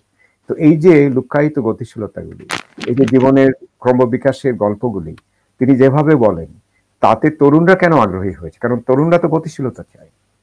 তরুণরা যাকে পছন্দ করে বুঝতে হবে তার ভিতরে গতিশীলতা আছে, তার ভিতরে গল্প বলার একটা টান আছে। সেটি ভালো মন্দ এই বিবেচনা আমি যাব না। এখনো আমাদের কিছু তরুণ আছেন দুর্দান্ত লিখছেন, তাদের অনেকে খুব বেশি পাঠক আছে, অনেকের সেরকম পাঠক জন্মায়নি। তার মানে একজন বড় একজন ছোট এই বিবেচনায় যিনি যাবেন তিনি খুব বড় ভুল করবেন। বলতে হবে যে না, একজন বুঝেছেন কিভাবে গতিশীলতা তৈরি করতে হয়, আরেকজন হয়তো আরো কিছুদিন পর সেটি অন্যভাবে বিকশিত করবেন, বা তাকে আরেকদিন আরেক পাঠক গ্রহণ করবে ওই গতিশীলতার জন্য, যেটি সে এখন হয়তো আবিষ্কার করতে পারেনি। সাহিত্যের এই লুক্কায়িত বিষয়গুলি তো আনন্দের, না হলে তো একটা বই কিনে আমার সমস্ত জীবন চলে যেত। ঠিক তাই, ঠিক তাই। রবীন্দ্রনাথ বদলাননি? রবীন্দ্রনাথও বদলিয়েছেন, তো প্রচুর বদলেছেন। অনেক ধন্যবাদ স্যার আপনাকে। মাজারুল ইসলাম, আপনি শুনতে পাচ্ছেন এবার? হ্যাঁ, আমি শুনতে পাচ্ছি। আচ্ছা, এই ফাঁকে আমি মাজারুল ইসলামের কাছে যাওয়ার আগে একটা মন্তব্য একটুখানি পড়ে শোনাবো। এটি করেছেন আমাদের ঢাকা থেকে বিশিষ্ট কবি ও অনুবাদক গৌরাঙ্গ মহন্ত। তিনি লিখেছেন, কথাশিল্পী হুমায়ুন আহমেদের অসাধারণ মূল্যায়ন মনোগ্রাহী হয়ে উঠেছে। সৈয়দ মজরুল ইসলাম স্যার সহ সকল আলোচকের অন্তরঙ্গ অবলোকন আমাদের দিগন্তকে প্রসারিত করছে। ধন্যবাদ গৌরাঙ্গ মহন্ত আমাদের সাথে থাকার জন্য। আমি একটু মাজারুল ইসলামের কাছে যাব। আপনাকে আমরা এর আগে একটা প্রশ্ন করেছিলাম, ওই শব্দযন্ত্রের অসুবিধার জন্য একটু বিচ্ছিন্ন হয়ে গেল। আমরা একটু মানে যে প্রশ্নটার প্রথমটার উত্তর একটুখানি প্রফেসর ইসলাম করে দিয়েছেন। মানে এই যে শঙ্খনীল কারাগার নন্দিত নরকে, এই সময়টাতে অন্য একজন নতুন লেখকের মতো হুমায়ুন আহমেদকেও কিন্তু বই প্রকাশের যে চ্যালেঞ্জ সেটিকে মোকাবেলা করতে হয়েছে। কিন্তু একটা পর্যায়ে এসে অন্য প্রকাশের সাথে তার সংযোগ ঘটে। যখন আপনার সাথে সংযোগ ঘটে সে সময় কি তিনি যথেষ্ট ও মানে জনপ্রিয় পরিচিত হয়ে উঠেছেন, এবং সেই সেই ইতিহাসটা কেমন একটু কি বলা যায় আমাদের দর্শকদের জন্য? আমার সাথে যখন পরিচয় ঘটে এটি 1999 সালের ঘটনা, এবং উনি 1999 সালের আগেই যথেষ্ট পরিমাণে জনপ্রিয় তখন হয়ে উঠেছেন। আমাদের সাথে যেটা পরিচয়ের সূত্রটা ছিল এরকম যে আমি ওনার একটি বই করার আগ্রহ প্রকাশ করি সে একজন লেখকের মাধ্যমে। তো তিনি তখন এটি অ্যাভয়েড করার জন্য উনি বললেন যে 10 লক্ষ টাকা যদি ওনাকে আমরা অগ্রিম প্রদান করি তাহলে উনি একটি পাণ্ডুলিপি আমাদেরকে দেবেন। আমরা তখন মাত্র শুরু করেছি অন্য প্রকাশ। তো এটি আসলে উনি পরবর্তীতে যেটা বলেছিলেন যেটি আসলে উনি অ্যাভয়েড করার জন্য বলেছিলেন, কারণ তখন 2-3 লাখ টাকার বেশি উনি নিতেন না একটি বইয়ের জন্য। তো এই বইয়ের বিষয় নিয়ে যখন তার সঙ্গে কথা বলতে যাই, আলোচনা করি, তখন এক পর্যায়ে তিনি সামনে কিছুদিন পরেই ঈদ সংখ্যা, উনি বই আমাদেরকে দিবেন, এটা সম্মত হলেন, একটি ধারাবাহিকভাবে লিখবেন। শুভ্র বলে যে উপন্যাসটি পরবর্তীতে বেরিয়েছিল, যেটি অন্যদিন পত্রিকায় লিখবেন। প্রথম বই, প্রথম বই মানে না, প্রথম বই হওয়ার কথা ছিল, কিন্তু তখন উনি বাংলাদেশে কোনো ঈদ সংখ্যায় লিখতেন না। উনি লিখতেন পশ্চিমবঙ্গের থেকে প্রকাশিত দেশ পত্রিকায়, তখন উনি নিয়মিত লিখছেন শারদীয় সংখ্যায়। তো আমি ওনাকে বললাম যে আপনি আমাদের ঈদ সংখ্যায় যদি একটা উপন্যাস দিতেন। তো উনি বললেন যে দেখো আমি তো বাংলাদেশে কোনো পত্রিকায় লিখি না, এবারে এখানে লিখলে আমার বইয়ের বিক্রি কমে যাবে, তো আমার প্রকাশকরা আপত্তি করে। তা আমি তখন বললাম যে স্যার এই বিষয়টা মনে হয় সঠিক না, কারণ পত্রিকার যে পাঠক পড়ে এবং বইয়ের পাঠক সম্পূর্ণ আলাদা, বরং পত্রিকার মাধ্যমে একটা প্রচার ঘটবে। আর আরেকটি বিষয় হচ্ছে যে আপনি এই দেশের একজন বড় লেখক, আপনি বাংলাদেশের কোনো ঈদ সংখ্যায় লিখবেন না, এটি স্যার একটু কেমন দেখা যায়, বা আপনি পশ্চিমবঙ্গের পত্রিকায় লিখবেন। তো উনি আমার এই যুক্তিটাতে খুবই রকম, মানে উনি তো খুব যুক্তিবাদী ছিলেন, যুক্তি পছন্দ করতেন। উনি এটা পছন্দ করলেন, উনি বললেন যে তোমার যুক্তি তো খুবই শক্তি স্ট্রং, আচ্ছা বড় কবে তোমাকে লেখা দিতে হবে। এরপরে উনি লেখা দিলেন, পত্রিকায় প্রকাশিত হলো, সেটির নাম হচ্ছে রূপার পালঙ্ক। 21-এর বইমেলায় প্রকাশিত হলো, এবং যেটি আমি বললাম যে প্রায় 65,000 কপি আমরা বইটি বিক্রি করলাম। তখন তার অন্য কিছু প্রকাশকরা, তখনও কোনো বই ওনার 30-35 হাজার কপির বেশি বিক্রি হতো না। তো এখন 2-1 জন প্রকাশক তাকে যে বললেন যে স্যার আসলে এত কপি বই তো বিক্রি হয়নি, এটা আপনাকে খুশি করার জন্য তারা বলছে। তো হুমায়ুন আহমেদ যেটা আমাদেরকে ওই দিন সন্ধ্যায় যেটা এসে যেটা বললেন যে অমুক প্রকাশক তো এসে আমাকে এরকম বললো, তো আমি তাকে কি বলেছি শোনো, আমি বলেছি যে আমি তো বুদ্ধিমান মানুষ, ওরা যদি 30,000 কপি বিক্রি করে আমাকে বলে 65,000 কপি বিক্রি করেছে, আমার তো কোনো সমস্যা নাই, কারণ ওরা তো আমাকে রয়্যালিটি দেবে 65,000 কপি।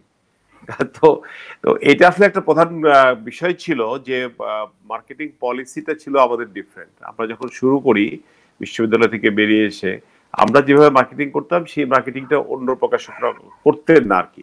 কারণ যে কোনো বই পাঠকের কাছে পৌঁছানোর জন্য যে মার্কেটিংটা গুরুত্বপূর্ণ। তো এই সমস্ত কারণে দেখা যেত যে আমাদের এখান থেকে যে বইগুলো প্রকাশ হচ্ছে সেগুলো অন্যান্য জায়গা থেকে প্রকাশিত বইয়ের থেকে প্রায় 10-15 হাজার, কোনো কোনো ক্ষেত্রে 20,000 কপি বেশি হতেন আর কি। তো এক পর্যায়ে উনি ওনার যেটা উনি বলতেন সবসময় যে আমি তো বুদ্ধিমান মানুষ, হ্যাঁ আমি আমার বই যেখানে বেশি বিক্রি হবে আমি তো সেটাই করব।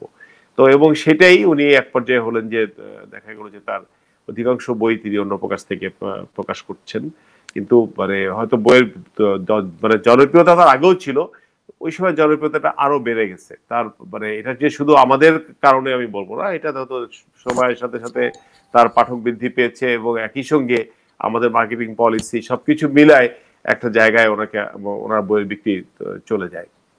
আচ্ছা মাজারুল, আমি যদি আপনাকে একটা প্রশ্ন করি, আমি জানি না এই প্রশ্নটির উত্তর দেয়া আপনার জন্য মানে যৌক্তিক হবে কিনা, বা আমার করা এটি হচ্ছে যে অনেক পাঠক তারা একটু মানে বিভ্রান্ত যে আসলে হুমায়ুন আহমেদ একটি বইয়ের জন্য কি পরিমাণ টাকা নিতেন।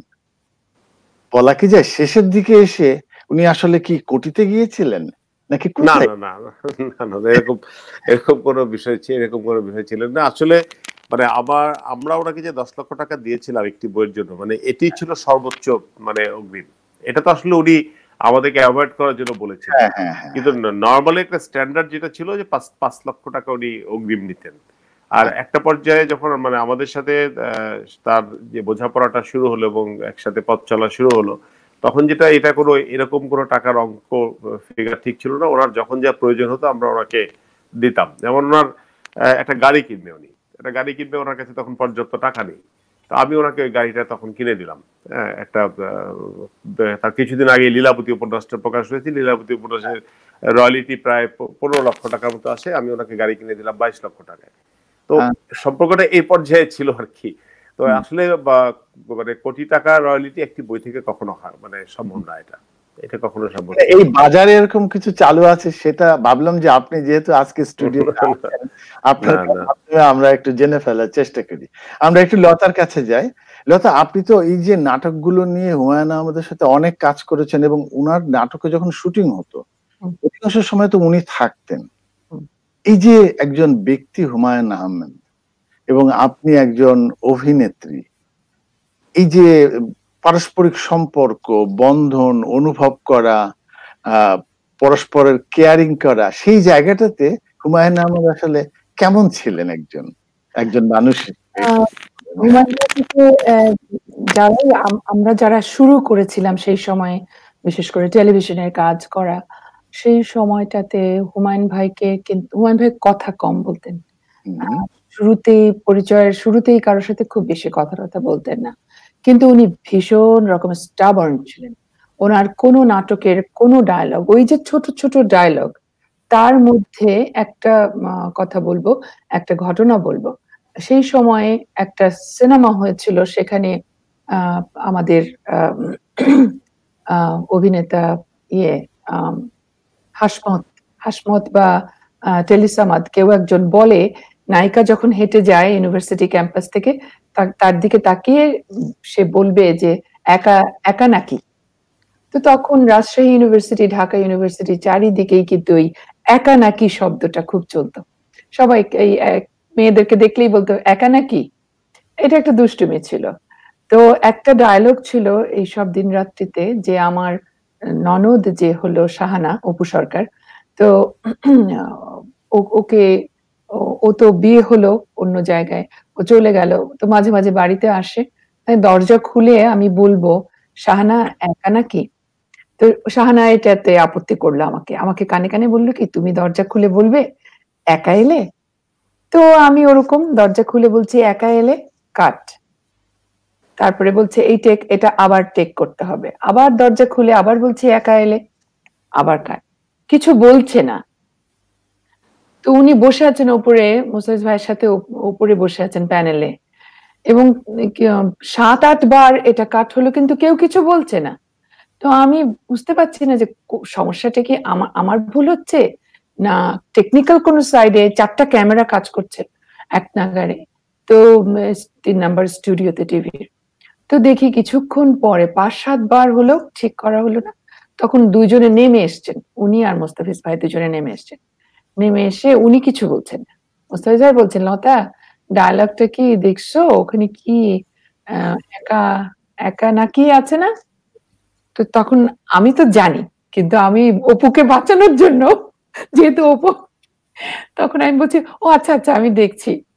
তারপরে মোস্তাফিজ বলছে না না না, ওই যেটা আছে ওটা বলতে হবে। তখন আমি আবার আস্তে আস্তে করে দুজনের সামনেই বলছি যে আসলে ইউনিভার্সিটি এলাকায় এরকম ছেলেরা মেয়েদেরকে দেখলে টন্টিং করে, এভাবে বলে একা নাকি।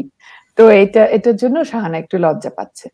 তো সেই উনি কিন্তু চুপ করে সব শুনলেন, কিচ্ছু বললেন না। আমি ভাবলাম ভালোই, ওই তো চুপচাপ চলে গেল, কিচ্ছু না। এখন আবার আমি দরজা খুলে বলছি, আমি তো ভাবছি যে আমি তো বলে ফেলেছি ওনাকে, যেটা আমি একা নাকিটা বললে বাইরে হাসাহাসি করবে লোকে, আর শাহানার এটাতে একটু আপত্তি। তা আমি আবার দরজা খুলে বলছি একা এলে। তখন উপর থেকে এইবার হুমায়ুন ভাই একা নেমে এসেছে, এসে বলছে লতা লতা ওই যেটা আছে ওইটাই বলেন।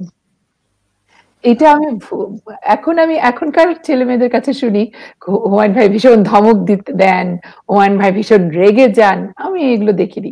আমাদের সময়ে অন্যরকম ছিল। টায়ার্ড থাকতেন খুব, সারাদিনের কাজকর্ম শেষ করে আসতেন, এইসব দিন রাত্রির যে সেটটা ছিল সেই সেটে একটা ঘর, যে ঘরে বাবা মায়ের ঘর, একটা খাট ছিল, এই খাটটার মধ্যে উনি ঘুমায় থাকতেন এবং আমরা সবাই ওনাকে ঘিরে বসে থাকতাম। আবার যখন আমরা ওই নাটকটা করলাম, যে নাটকে বহুব্রীহি নাটকে আলেয়া আপা ছিলেন, তো আলেয়া ফেরদৌসী আপা, উনি অনেক মজার মজার খাওয়া রান্না করে নিয়ে আসতেন, নুডল বা একটু স্ন্যাক্স জাতীয় খাবার তৈরি করে আনতেন। তখন ওই সবাইকে উনি খাবারটা দিতেন এবং একদম নির্ঘাত হুমায়ুন ভাই এসে ওই বাবার যে ঘরটা, বাবার ওই খাটটার মধ্যে ঘুমায় থাকতেন।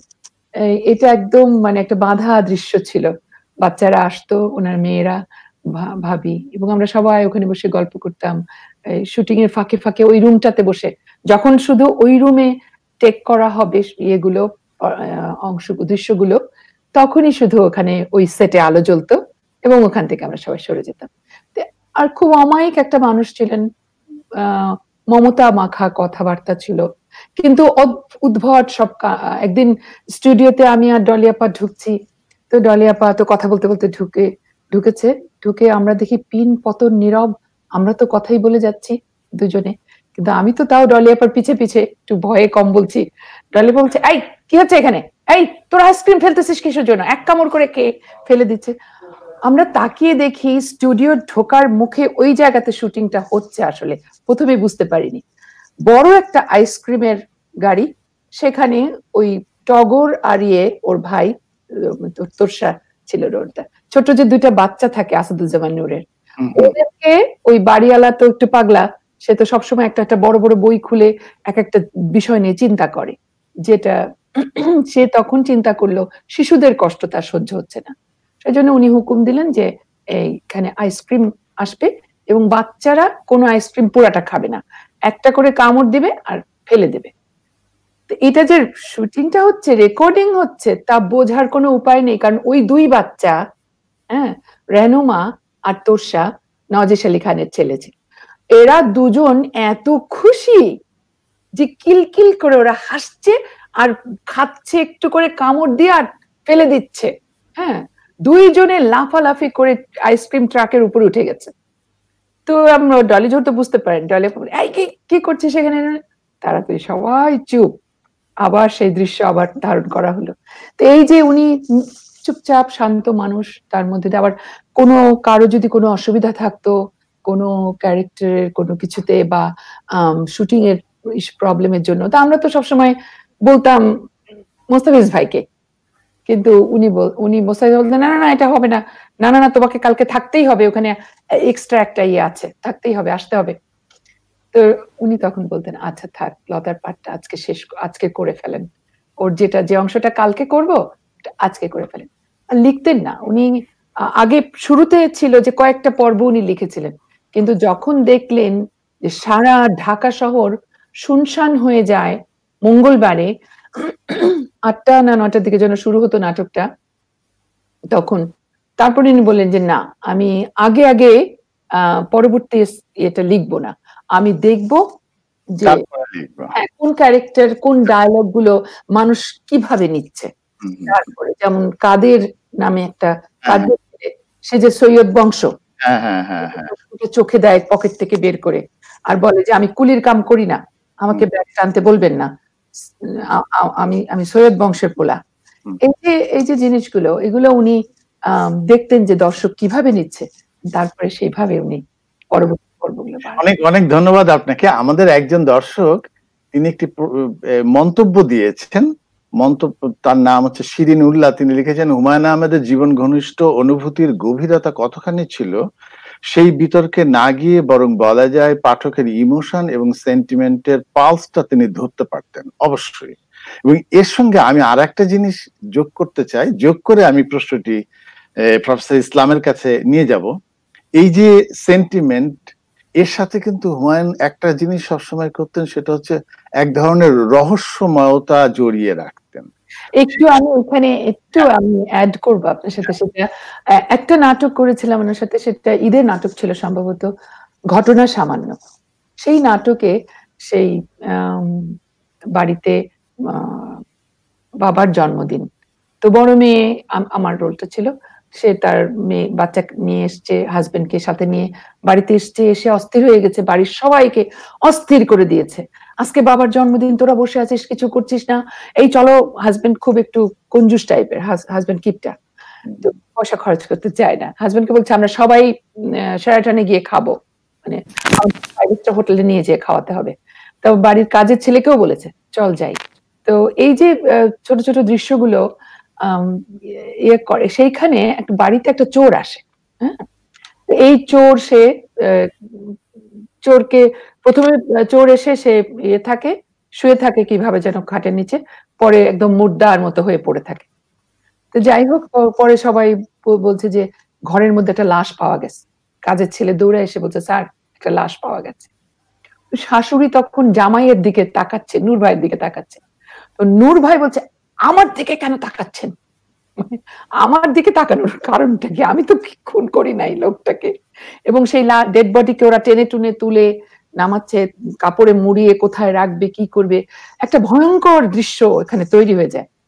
এইখানে দেখেন, এই চোর কিন্তু পরে জেগে ওঠে।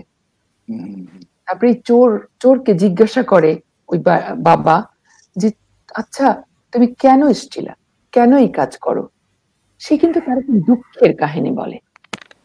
এই যে দেখেন, একটা চোর যাকে সবাই কিন্তু শুরু থেকে শেষ পর্যন্ত ঘৃণাই করবে, কিন্তু ওর ভেতর দিয়ে ওর জীবনের একটা একটা দুঃখকে, একটা বেদনাকে বা অনেক বেদনাকেই একসাথে করে দেখাচ্ছে যে স্যার কোনোদিন পেট ভরে ভাত খাইতে পারি নাই।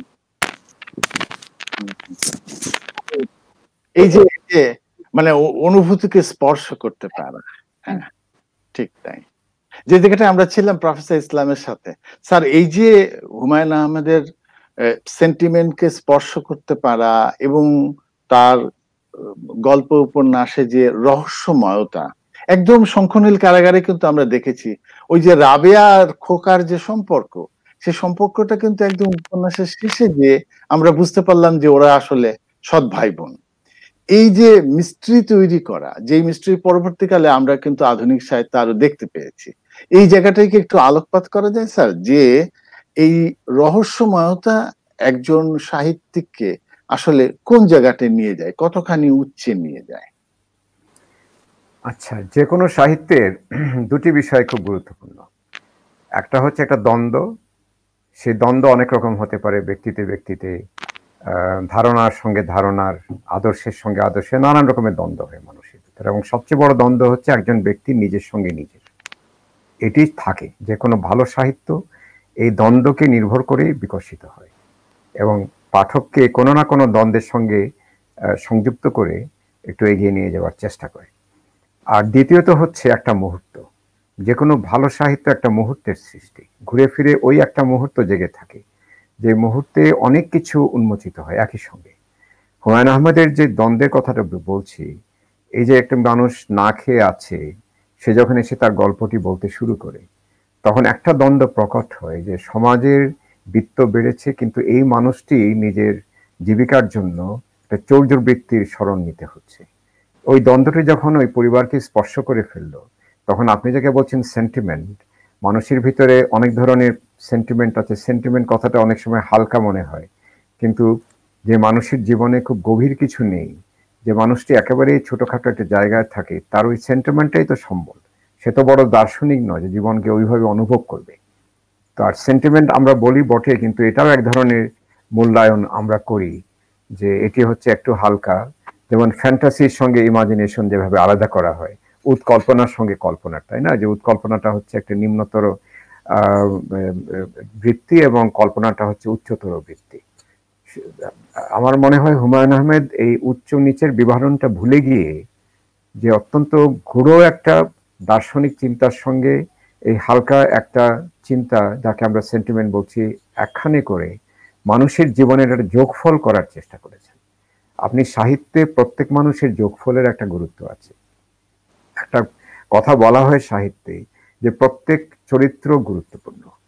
আপনি 5টি চরিত্র তৈরি করলেন, একজন প্রধান চরিত্র, বাকি যে অপ্রধান চরিত্রকে আপনি গৌণ করলে চলবে না, তার নিজের ভুবনে তাকে যথাযথভাবে উপস্থাপন করতে হবে। হুমায়ুন আহমেদের নাটকে একজন চোর, একজন খাদক, একজন মানে এমন একজন মসজিদের ইমাম থেকে, হ্যাঁ, প্রতিটি চরিত্র মানে স্বতন্ত্র ভাবে দাঁড়িয়ে গেছে এবং জীবন্ত ভাবে, জীবন্ত। সেটি হচ্ছে একটা। আর যেটিকে আপনি বলছেন যে রহস্যময়তা, সেটি তো আমাদের জীবনে আছে না? এই যে রহস্যময়তা, কিন্তু আমরা সবসময় যে ভূতের গল্প হবে তা না। যেমন এই যে জীবনানন্দ দাশের কথা বারে বারে কেন বলছি, একেবারে দক্ষিণ বাংলার বরিশালে গ্রামের চিত্রকল্প জীবনে ধারণ করে তিনি একেবারে আধুনিক একটা জগতে প্রবেশ করলেন, কিন্তু সেই চিত্রকল্প ভুলতে পারলেন না। এখনো তার যে গল্প কবিতাগুলি পড়ি মনে হয় এটি কি আসলেই সম্ভব? এই যে একটা দূরের গল্প বলছেন, এই একজন মানুষ হারিয়ে যাচ্ছে তার নিজের ভিতরে 8 বছর আগের একদিন গল্পটাই শুনুন। যে মানুষটি শিশু ছিল, স্ত্রী ছিল, ঘর ছিল, তার কিসের টানে চলে গেল? এত কোনো পরাবাস্তবের গল্প নয়, এটি তার নিজের ভিতরে সে ডাকটা শুনেছে। একদিন রাতে পেঁচা এসে ডাকলো, পেঁচা তো তার একটা একটা শুধু একটা তার বলা যায় একটা প্রতিধ্বনি মাত্র, ডাকটা সে নিজের ভিতরে শুনেছে। তো এই রহস্যময়তা তো আমি ঠিক ভূতের গল্পের মতো করে সাজাবো না। আবার যখন তিনি ভূতকে নিয়ে আসছেন, এবং মাঝার জানে যে আমরা একবার গিয়েছিলাম নুহাসপল্লীতে, তখন ওইখানে ভূতের ভয় দেখানো হতো। তো আমি তো বুঝেছি ভূতের ভয় আসলে নেই কাছে। তারপরে উনি হুমায়ুন ভাই আমাকে বলছেন যে ভাই আপনি এত জ্ঞানী সাইজান না, আপনি একটু তফাৎ যান, আমি এখানে অনেকেই আছেন তাদেরকে ভয় দেখাতে যাই। এবং জয়ন্ত চট্টোপাধ্যায় ভয় পেয়েছিলেন দস্তুর মতো, এই গল্প হুমায়ুন আমাদের মাঝার জানে।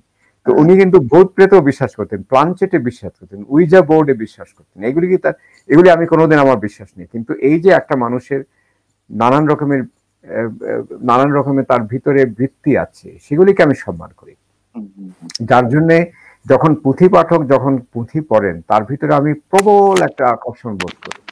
আবার যখন সৈয়দ শামসুল হক কথা বলতেন, আমি প্রত্যেকটা কথা একেবারে গিলে খাওয়ার মতো। হাসান আজিজুল হক এখনো যখন টেলিফোন করি, আমি কথা বলি হয়তো 10 ভাগের 1 ভাগ, আর উনি বলেন 90 ভাগ। প্রত্যেকটা কথার আমি মূল্য দিই। তার যে আগুন পাখি, এই ধরনের উপন্যাস আমার মনে হয় লেখা হয়নি বাংলাদেশে। এত সুন্দর উপন্যাস লিখেছেন তিনি। কিন্তু তিনি কখনো এই কথাটি বলবেন না যে একজনকে আমি তার এই সাধারণ সেন্টিমেন্ট জাগাবার জন্য এবং সেটি দিয়ে মানুষকে ধারণ করার জন্য, তার গল্পের কেন্দ্রে স্থাপন করার জন্য তিনি কখনো বলবেন না যে তিনি অন্য কোনো মাত্রায় লিখছেন। তিনি বলবেন যে হ্যাঁ ভিন্নভাবে লিখছেন, কিন্তু তারও একটা মূল্য আছে, তিনি মূল্য দেবেন, তিনি অস্বীকার করবেন না। সৈয়দ শামসুল হক প্রথম দিকে হুমায়ুন আহমদ সম্পর্কে একটা ধারণা যে খুব পরিষ্কার ছিল আমি বলবো না, কিন্তু পরে তিনি যখন পড়তে শুরু করলেন, অনেক অন্তরঙ্গ আলাপ হয়েছে সৈয়দ শামসুল হকের, তিনি স্বীকার করলেন যে হুমায়ুন আহমেদের গল্পের ভিতরে একটা আকর্ষণ আছে, যে আকর্ষণটা তাকে একেবারে অপ্রতিরোধ করে তোলে, তাকে ছেড়ে যাওয়ার মতো। আপনি একটা বই হুমায়ুন আহমেদের এখনো যদি একটা বই হাতে নেন, না পড়ে আপনি ছাড়তে পারবেন না। তো এটিকে যেভাবেই বর্ণনা করেন, এটিকে নেতিবাচক বর্ণনা করার কোনো কারণ আমি দেখি না। তার দুর্বলতা আছে, আমি আগেও বলেছি, তার দুর্বলতা আছে, অনেক সমস্যা ছিল তার, যেগুলি তিনি নিজেও জানতেন, এবং জানতেন বলেই হয়তো সেগুলি বলে দিলে তিনি একটু ক্ষিপ্ত হয়ে যেতেন। তার একটাই আমি সাক্ষাৎকার নিয়েছিলাম তার বাড়িতে মাঝহারের অন্য দিনের জন্য। সেই সাক্ষাৎকারে তিনি অনেক কথা বলেছিলেন, কিন্তু সব আমরা এগুলি প্রকাশ করিনি। উনি মাঝে মাঝে খুব বলছেন, আর ভাই আপনার এখন বন্ধ করেন তো, আপনি এত বেশি জেরা করেন, আপনি কি উকিল নাকি? তো এই ধরনের কথাবার্তা বলছেন, কিন্তু আবার যখন তার রাগ প্রশমিত হয়ে গেছে তিনি সুন্দর করে বলে যাচ্ছেন। তার সঙ্গে একটা অন্তরঙ্গতা থাকলে বোঝা যেত তিনি নিজেও সচেতন ছিলেন যে তার সব জায়গাতে তিনি সমানভাবে দিতে পারছেন না। তো এটি তো একজন লেখকের সমস্ত জীবনের, এতগুলি বই লিখছেন, 2-1টা বইয়ের সামান্য একটু স্খলন পতন তো হতেই পারে। আমরা এটাকেই ধরে যদি তাকে টান দিতে চেষ্টা করি তাহলে কিন্তু ভুল হবে। আমি তরুণ লেখকদের বলবো যে হুমায়ুন আহমদকে পড়বেন, কিন্তু ওই যে একটা কথা আছে যে বড় ওয়াইডলি, মানে প্রচুর মানুষ থেকে আপনি গ্রহণ করবেন, কিন্তু স্টিল ওয়াইজলি চুরি করবেন খুব বিবেচনার সঙ্গে। তো আমি বলি হুমায়ুন আহমদ থেকে অনেক কিছু গ্রহণ করার আছে, কিন্তু নিয়ে যখন আপনি নিজের মতো করে পরিবেশন করবেন তখন নিজস্বতা প্রতিষ্ঠা করতে হবে। আপনি খেয়াল করুন হুমায়ুন আহমদের গল্পের ধারা অনেকেই চেষ্টা করছেন নকল করতে, কিন্তু পারবেন না। ওখানে তার স্বাক্ষরযুক্ত, নির্মন্দ গুণের কবিতা স্বাক্ষরযুক্ত, ঠিক কিনা? শামসুর রহমানের কবিতা স্বাক্ষরযুক্ত, আল মাহমুদের কবিতা স্বাক্ষরযুক্ত, এটি কেউ নকল করতে পারবে না। কিন্তু আল মাহমুদের চিন্তাগুলি যদি আমি ধারণ করতে পারি, বা শামসুর রহমানের নাগরিক দৃষ্টি, তাহলে আমি যদি কবিতা লিখি, যদি সেগুলি প্রতিফলন আমার মতো করে করতে পারি, তাহলেই না সাহিত্য এগিয়ে যাবে। তো হুমায়ুন ভাই কারো অনুসরণ করেননি, তিনি নিজেকেই নিজে অনুসরণ করেছেন। কিন্তু যিনি নিজেকে সবসময় অনুসরণ করেন তিনি অনেক সময় একটু বিভ্রান্ত হতে পারেন। নিজেকে সবসময় আমার মনে হয় যে অতিক্রম করে গেছেন। এই যে নতুন জিনিস এসছে, এই যে পোকা নামের একটা উপন্যাস আছে, নতুন করে মিসির আলী সিরিজ করেছেন, আরো অনেক কিছু করেছেন, যেগুলো বারবার অভিনবত্ব সৃষ্টি করেছে এবং নতুন পাঠককে ধরে রাখতে সাহায্য করেছে। তবে আমি এখানে একটা কথা, শেষ কথাটা বলি, আমি এখনো হুমায়ুন আহমেদের ছোট গল্পের ভক্ত। বাহ। আমি মনে করি ছোট গল্প অবহেলিত, এটি মানুষ পড়েন না, কিন্তু তার ছোট গল্পগুলির মতো এত নিটোল গল্প আমি খুব কমই পড়েছি। আমার তো মনে হয় তার অনেক উপন্যাস ওই গল্পের একটু বর্ধিত সংস্করণ। তিনি প্রধানত ছিলেন একজন গল্পকথক, এবং তিনি যখন গল্প লিখতেন এত চমৎকার একটা কাঠামোর ভিতর সেগুলিকে, এই কাঠামোটা স্থিতিস্থাপক, এটি কিন্তু একেবারে সম্পূর্ণ একটা কাঠামো তিনি তৈরি করতেন এটি বলা যাবে না। অনেক সময় শেষের দিকে কিছুটা ইঙ্গিত দিতেন এই গল্পটি আপনিও নিজের মতো করে বলতে পারেন, যাকে আমি বলি ওপেন এন্ডেড, যার একটা শেষের দিকে শেষ হয়েও শেষ হয় না, এই যে একটা টান রেখে দেয়া, এখানে কিন্তু তিনি ইচ্ছে করে দরজাটা বন্ধ করে দেন না। আর তিনি তো ভাবতেন যে দরজার ওপারে, দরজার অপাশে অনেক কিছু আমাদের জন্য অপেক্ষা করতে, যেটি আপনি রহস্যময়তা বলছেন। এতে দুই দুয়ারি নামে তার একটা সিনেমা আছে না, যেখানে দুই রকমের মানুষ, রিয়াজ যেটি একটি পাগলা টাইপের মানুষ, তার ভিতরে অনেক রকমের অতি প্রাকৃতিক বিষয় ঘটছে। তো দরজাগুলি তো আমরা বন্ধ করে রাখি না। হুমায়ুন আহমেদ যেটি বলছেন যে আপনি দরজাগুলি খোলা রাখবেন, আমি একজন সাহিত্যের ছাত্র হিসেবে অনেক শুরু থেকেই এই দরজাগুলি খুলে রাখার পক্ষপাতী, যার জন্য এখন যদি আমি সাহিত্য সমালোচনাও করি, আমি দেখিনি যে কোন দরজা দিয়ে কে ঢুকছেন। এক দরজা দিয়ে সবাইকে ঢুকতে হবে কোনো কথা নেই কিন্তু। হ্যাঁ, ঠিক তাই। অনেক ধন্যবাদ আপনাকে। আর আপনার জন্য একটি মন্তব্য রয়েছে, নাদিরা শামী, তিনি লিখেছেন সৈয়দ মঞ্জুরুল ইসলাম স্যারকে অনেকদিন পর দেখে এবং তার অমূল্য কথা শুনতে পেরে খুব ভালো লাগছে। নাদিরা শামী, আপনাকে ধন্যবাদ। স্যারকে কিছু বলবেন? স্যার বলবেন কিছু?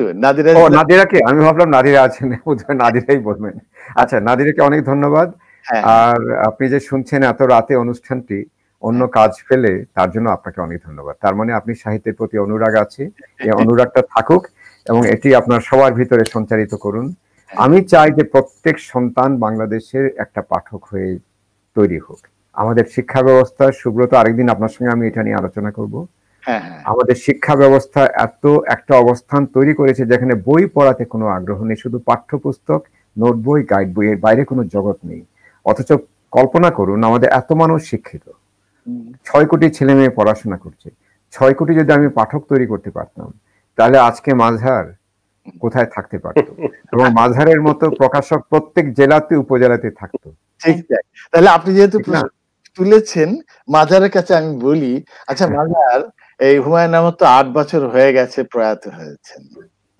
তার জীবৎকালে মানে শেষ বছরগুলোতে যে সংখ্যক বই বিক্রি হতো, পরবর্তীকালে এসে প্রতি বছরের বই মেলায় বা সারা বছর ধরে বইয়ের বিক্রির সংখ্যাটা কেমন, এটা আমি এই প্রশ্নটা এই জন্য করছি যে আমরা একটু বুঝতে চাই যে তার জনপ্রিয়তার জায়গাটায় ঘাটতি হয়েছে বলে কি আপনি মনে করেন? না, আপনি আপনার প্রশ্নটার উত্তরটা একটা এইভাবে দিই যে হুমায়ুন আহমেদ প্রায় বলতেন যে আমার মৃত্যুর পরে আমি চাই যে অন্তত 10 বছর মানুষ আমার বই পড়ুক। আমরা সবাই জিজ্ঞেস করতাম যে আপনি 10 বছরের কথা কেন বলছেন, কেন 20 বছর না, কেন 25 বছর না, 50 বছর না? তো উনি বলতেন যে আমি যেটা দেখেছি যে 10 বছর মৃত্যুর পরে কোনো লেখকের বই যদি পাঠ করে তাহলে এরপরে আরো 20 বছর তারা পড়বে, এটা একটা পরিসংখ্যান। তো হুমায়ুন আহমেদের মৃত্যুর পরে যেটা হয়েছে যে নতুন কোনো বই প্রকাশিত হচ্ছে না। একটা নতুন বই প্রকাশিত হলে যেমন 40-50 হাজার কপি বিক্রি হতো, 60 হাজার কপি বিক্রি হতো, সেটি হচ্ছে না। কিন্তু এখন যেটা হচ্ছে যে তার পুরনো বইগুলো, যে বইগুলো পাঠক আগে পড়েনি, যে পাঠক হয়তো 100 বই পড়েছে সে এখন তার বাকি 200 বই পড়ার চেষ্টা করছে, যে হয়তো 200 বই পড়েছে সে তার বাকি 100 বই পড়ছে। আর প্রতিনিয়ত আমরা দেখছি যে নতুন পাঠকও তৈরি হচ্ছে। তো এখন যদি সংখ্যার বিচার করি আমরা, তাহলে ঠিক আগে মানে টোটাল বইয়ের সংখ্যা যা বিক্রি হতো, নাম্বার অফ বুকস যা বিক্রি হতো, কোয়ান্টিটি, তার থেকে এখন বরং বেশি হচ্ছে, মানে কোনো অংশে কমেনি পাঠক, এবং তার প্রত্যেকটি বই মানে পুনর্মুদ্রিত হচ্ছে। কোনো বই এখন পর্যন্ত নাই যে যেটা মানে আউট অফ প্রিন্ট হয়ে থাকছে। তো এটি আমি মনে করি যে এটি অনেক বড় একটি বিষয়, এবং আমি বিশ্বাস করি যে বাংলা ভাষায় মানুষ যতদিন কথা বলবে, বাংলা ভাষায় যতদিন মানুষ পড়বে, ততদিন হুমায়ুন আহমেদ পঠিত হবে। অনেক ধন্যবাদ আপনাকে। আমি লতার কাছে যদি আসি, আপনাকে এরকমই একটি প্রশ্ন করব, যে হুমায়ুন আহমেদের জীবৎকালে আমরা দেখেছি যে তার নাটক, তার সিনেমা বিপুলভাবে জনপ্রিয় হলো, গৃহীত হলো, নন্দিত হলো। তার মৃত্যুর পরে তার গল্প নিয়ে সিনেমা তৈরি এবং বা পুরনো সিনেমাকে রিমেক করা, সেই জায়গাগুলোকে আপনি কিভাবে মূল্যায়ন করেন? তার পুরনো ছবিগুলোকে বা পুরনো নাটকগুলোকে আবার যদি রিমেক করা যায়, সেটি আমার মনে হয় মন্দ হবে না। আমি আশাবাদী মানুষ, সবকিছু অনেক গল্প তো রয়েছে যেগুলো সিনেমা হয়নি। হ্যাঁ, আমরা কি দেখেছি যে রয়েছে, আর যেগুলো হয়েছে হয় একটা জিনিস হয় কি, মাস্টারপিস যেটা হয়ে যায় একবার মানুষের মনে, ওরকম একটা জায়গা দখল করতে পারে, সেই জিনিসটাকে ভাঙতে হয় না। যেমন আমরা দেখি রবীন্দ্রনাথ অনেক গান এখন রিমিক্সিং করে গাওয়া হচ্ছে, তার পক্ষে বিপক্ষে রয়েছে মানুষ। আমি বলবো এখনো সেই রবীন্দ্রনাথের গানের রিমিক্সিং এর বিপক্ষেই বেশি মানুষ। আবার একটা পজিটিভ সাইড, রিমিক্সের কথা বলছিলাম না, লিখেছেন, আমি বলছি সেখানে আসছি। তো পুরনো নাটকগুলো বা পুরনো ছবিগুলোকে নতুন করে রিমেক না করে, যেই কথা আপনি বলছেন এবার, যে উপন্যাস তার তো অসংখ্য রয়েছে আরো, সেগুলোকে নিয়ে কাজ করা যায়। জ্যোৎস্না ও জননীর গল্পে যে গল্পগুলো রয়েছে, একটা গল্প না, অসংখ্য ঘটনা ওখানে রয়েছে, সেগুলোকে নিয়ে একটা একটা করে করলেও কিন্তু অসংখ্য ছবি বা অসংখ্য নাটক ওখানে তৈরি করা যেতে পারে। এবং প্রত্যেকটা নাটকই তাহলে যেটা হবে যে অত্যন্ত হৃদয়গ্রাহী, হৃদয়স্পর্শী হবে। আমি এটা আবার কিন্তু বলছি, সবাই তো হুমায়ুন আহমেদ নন, কাজটা কে করবেন সেটার উপরেও নির্ভর করবে। যিনি কাজটা করবেন তিনি কতখানি যোগ্য, কতখানি দক্ষ, কতখানি হুমায়ুন আহমেদকে ধারণ করতে পারেন, এই জিনিসটা প্রয়োজন। হ্যাঁ, অনেক ধন্যবাদ আপনাকে। আমরা একদম অনুষ্ঠানের শেষ পর্যায়ে চলে এসেছি।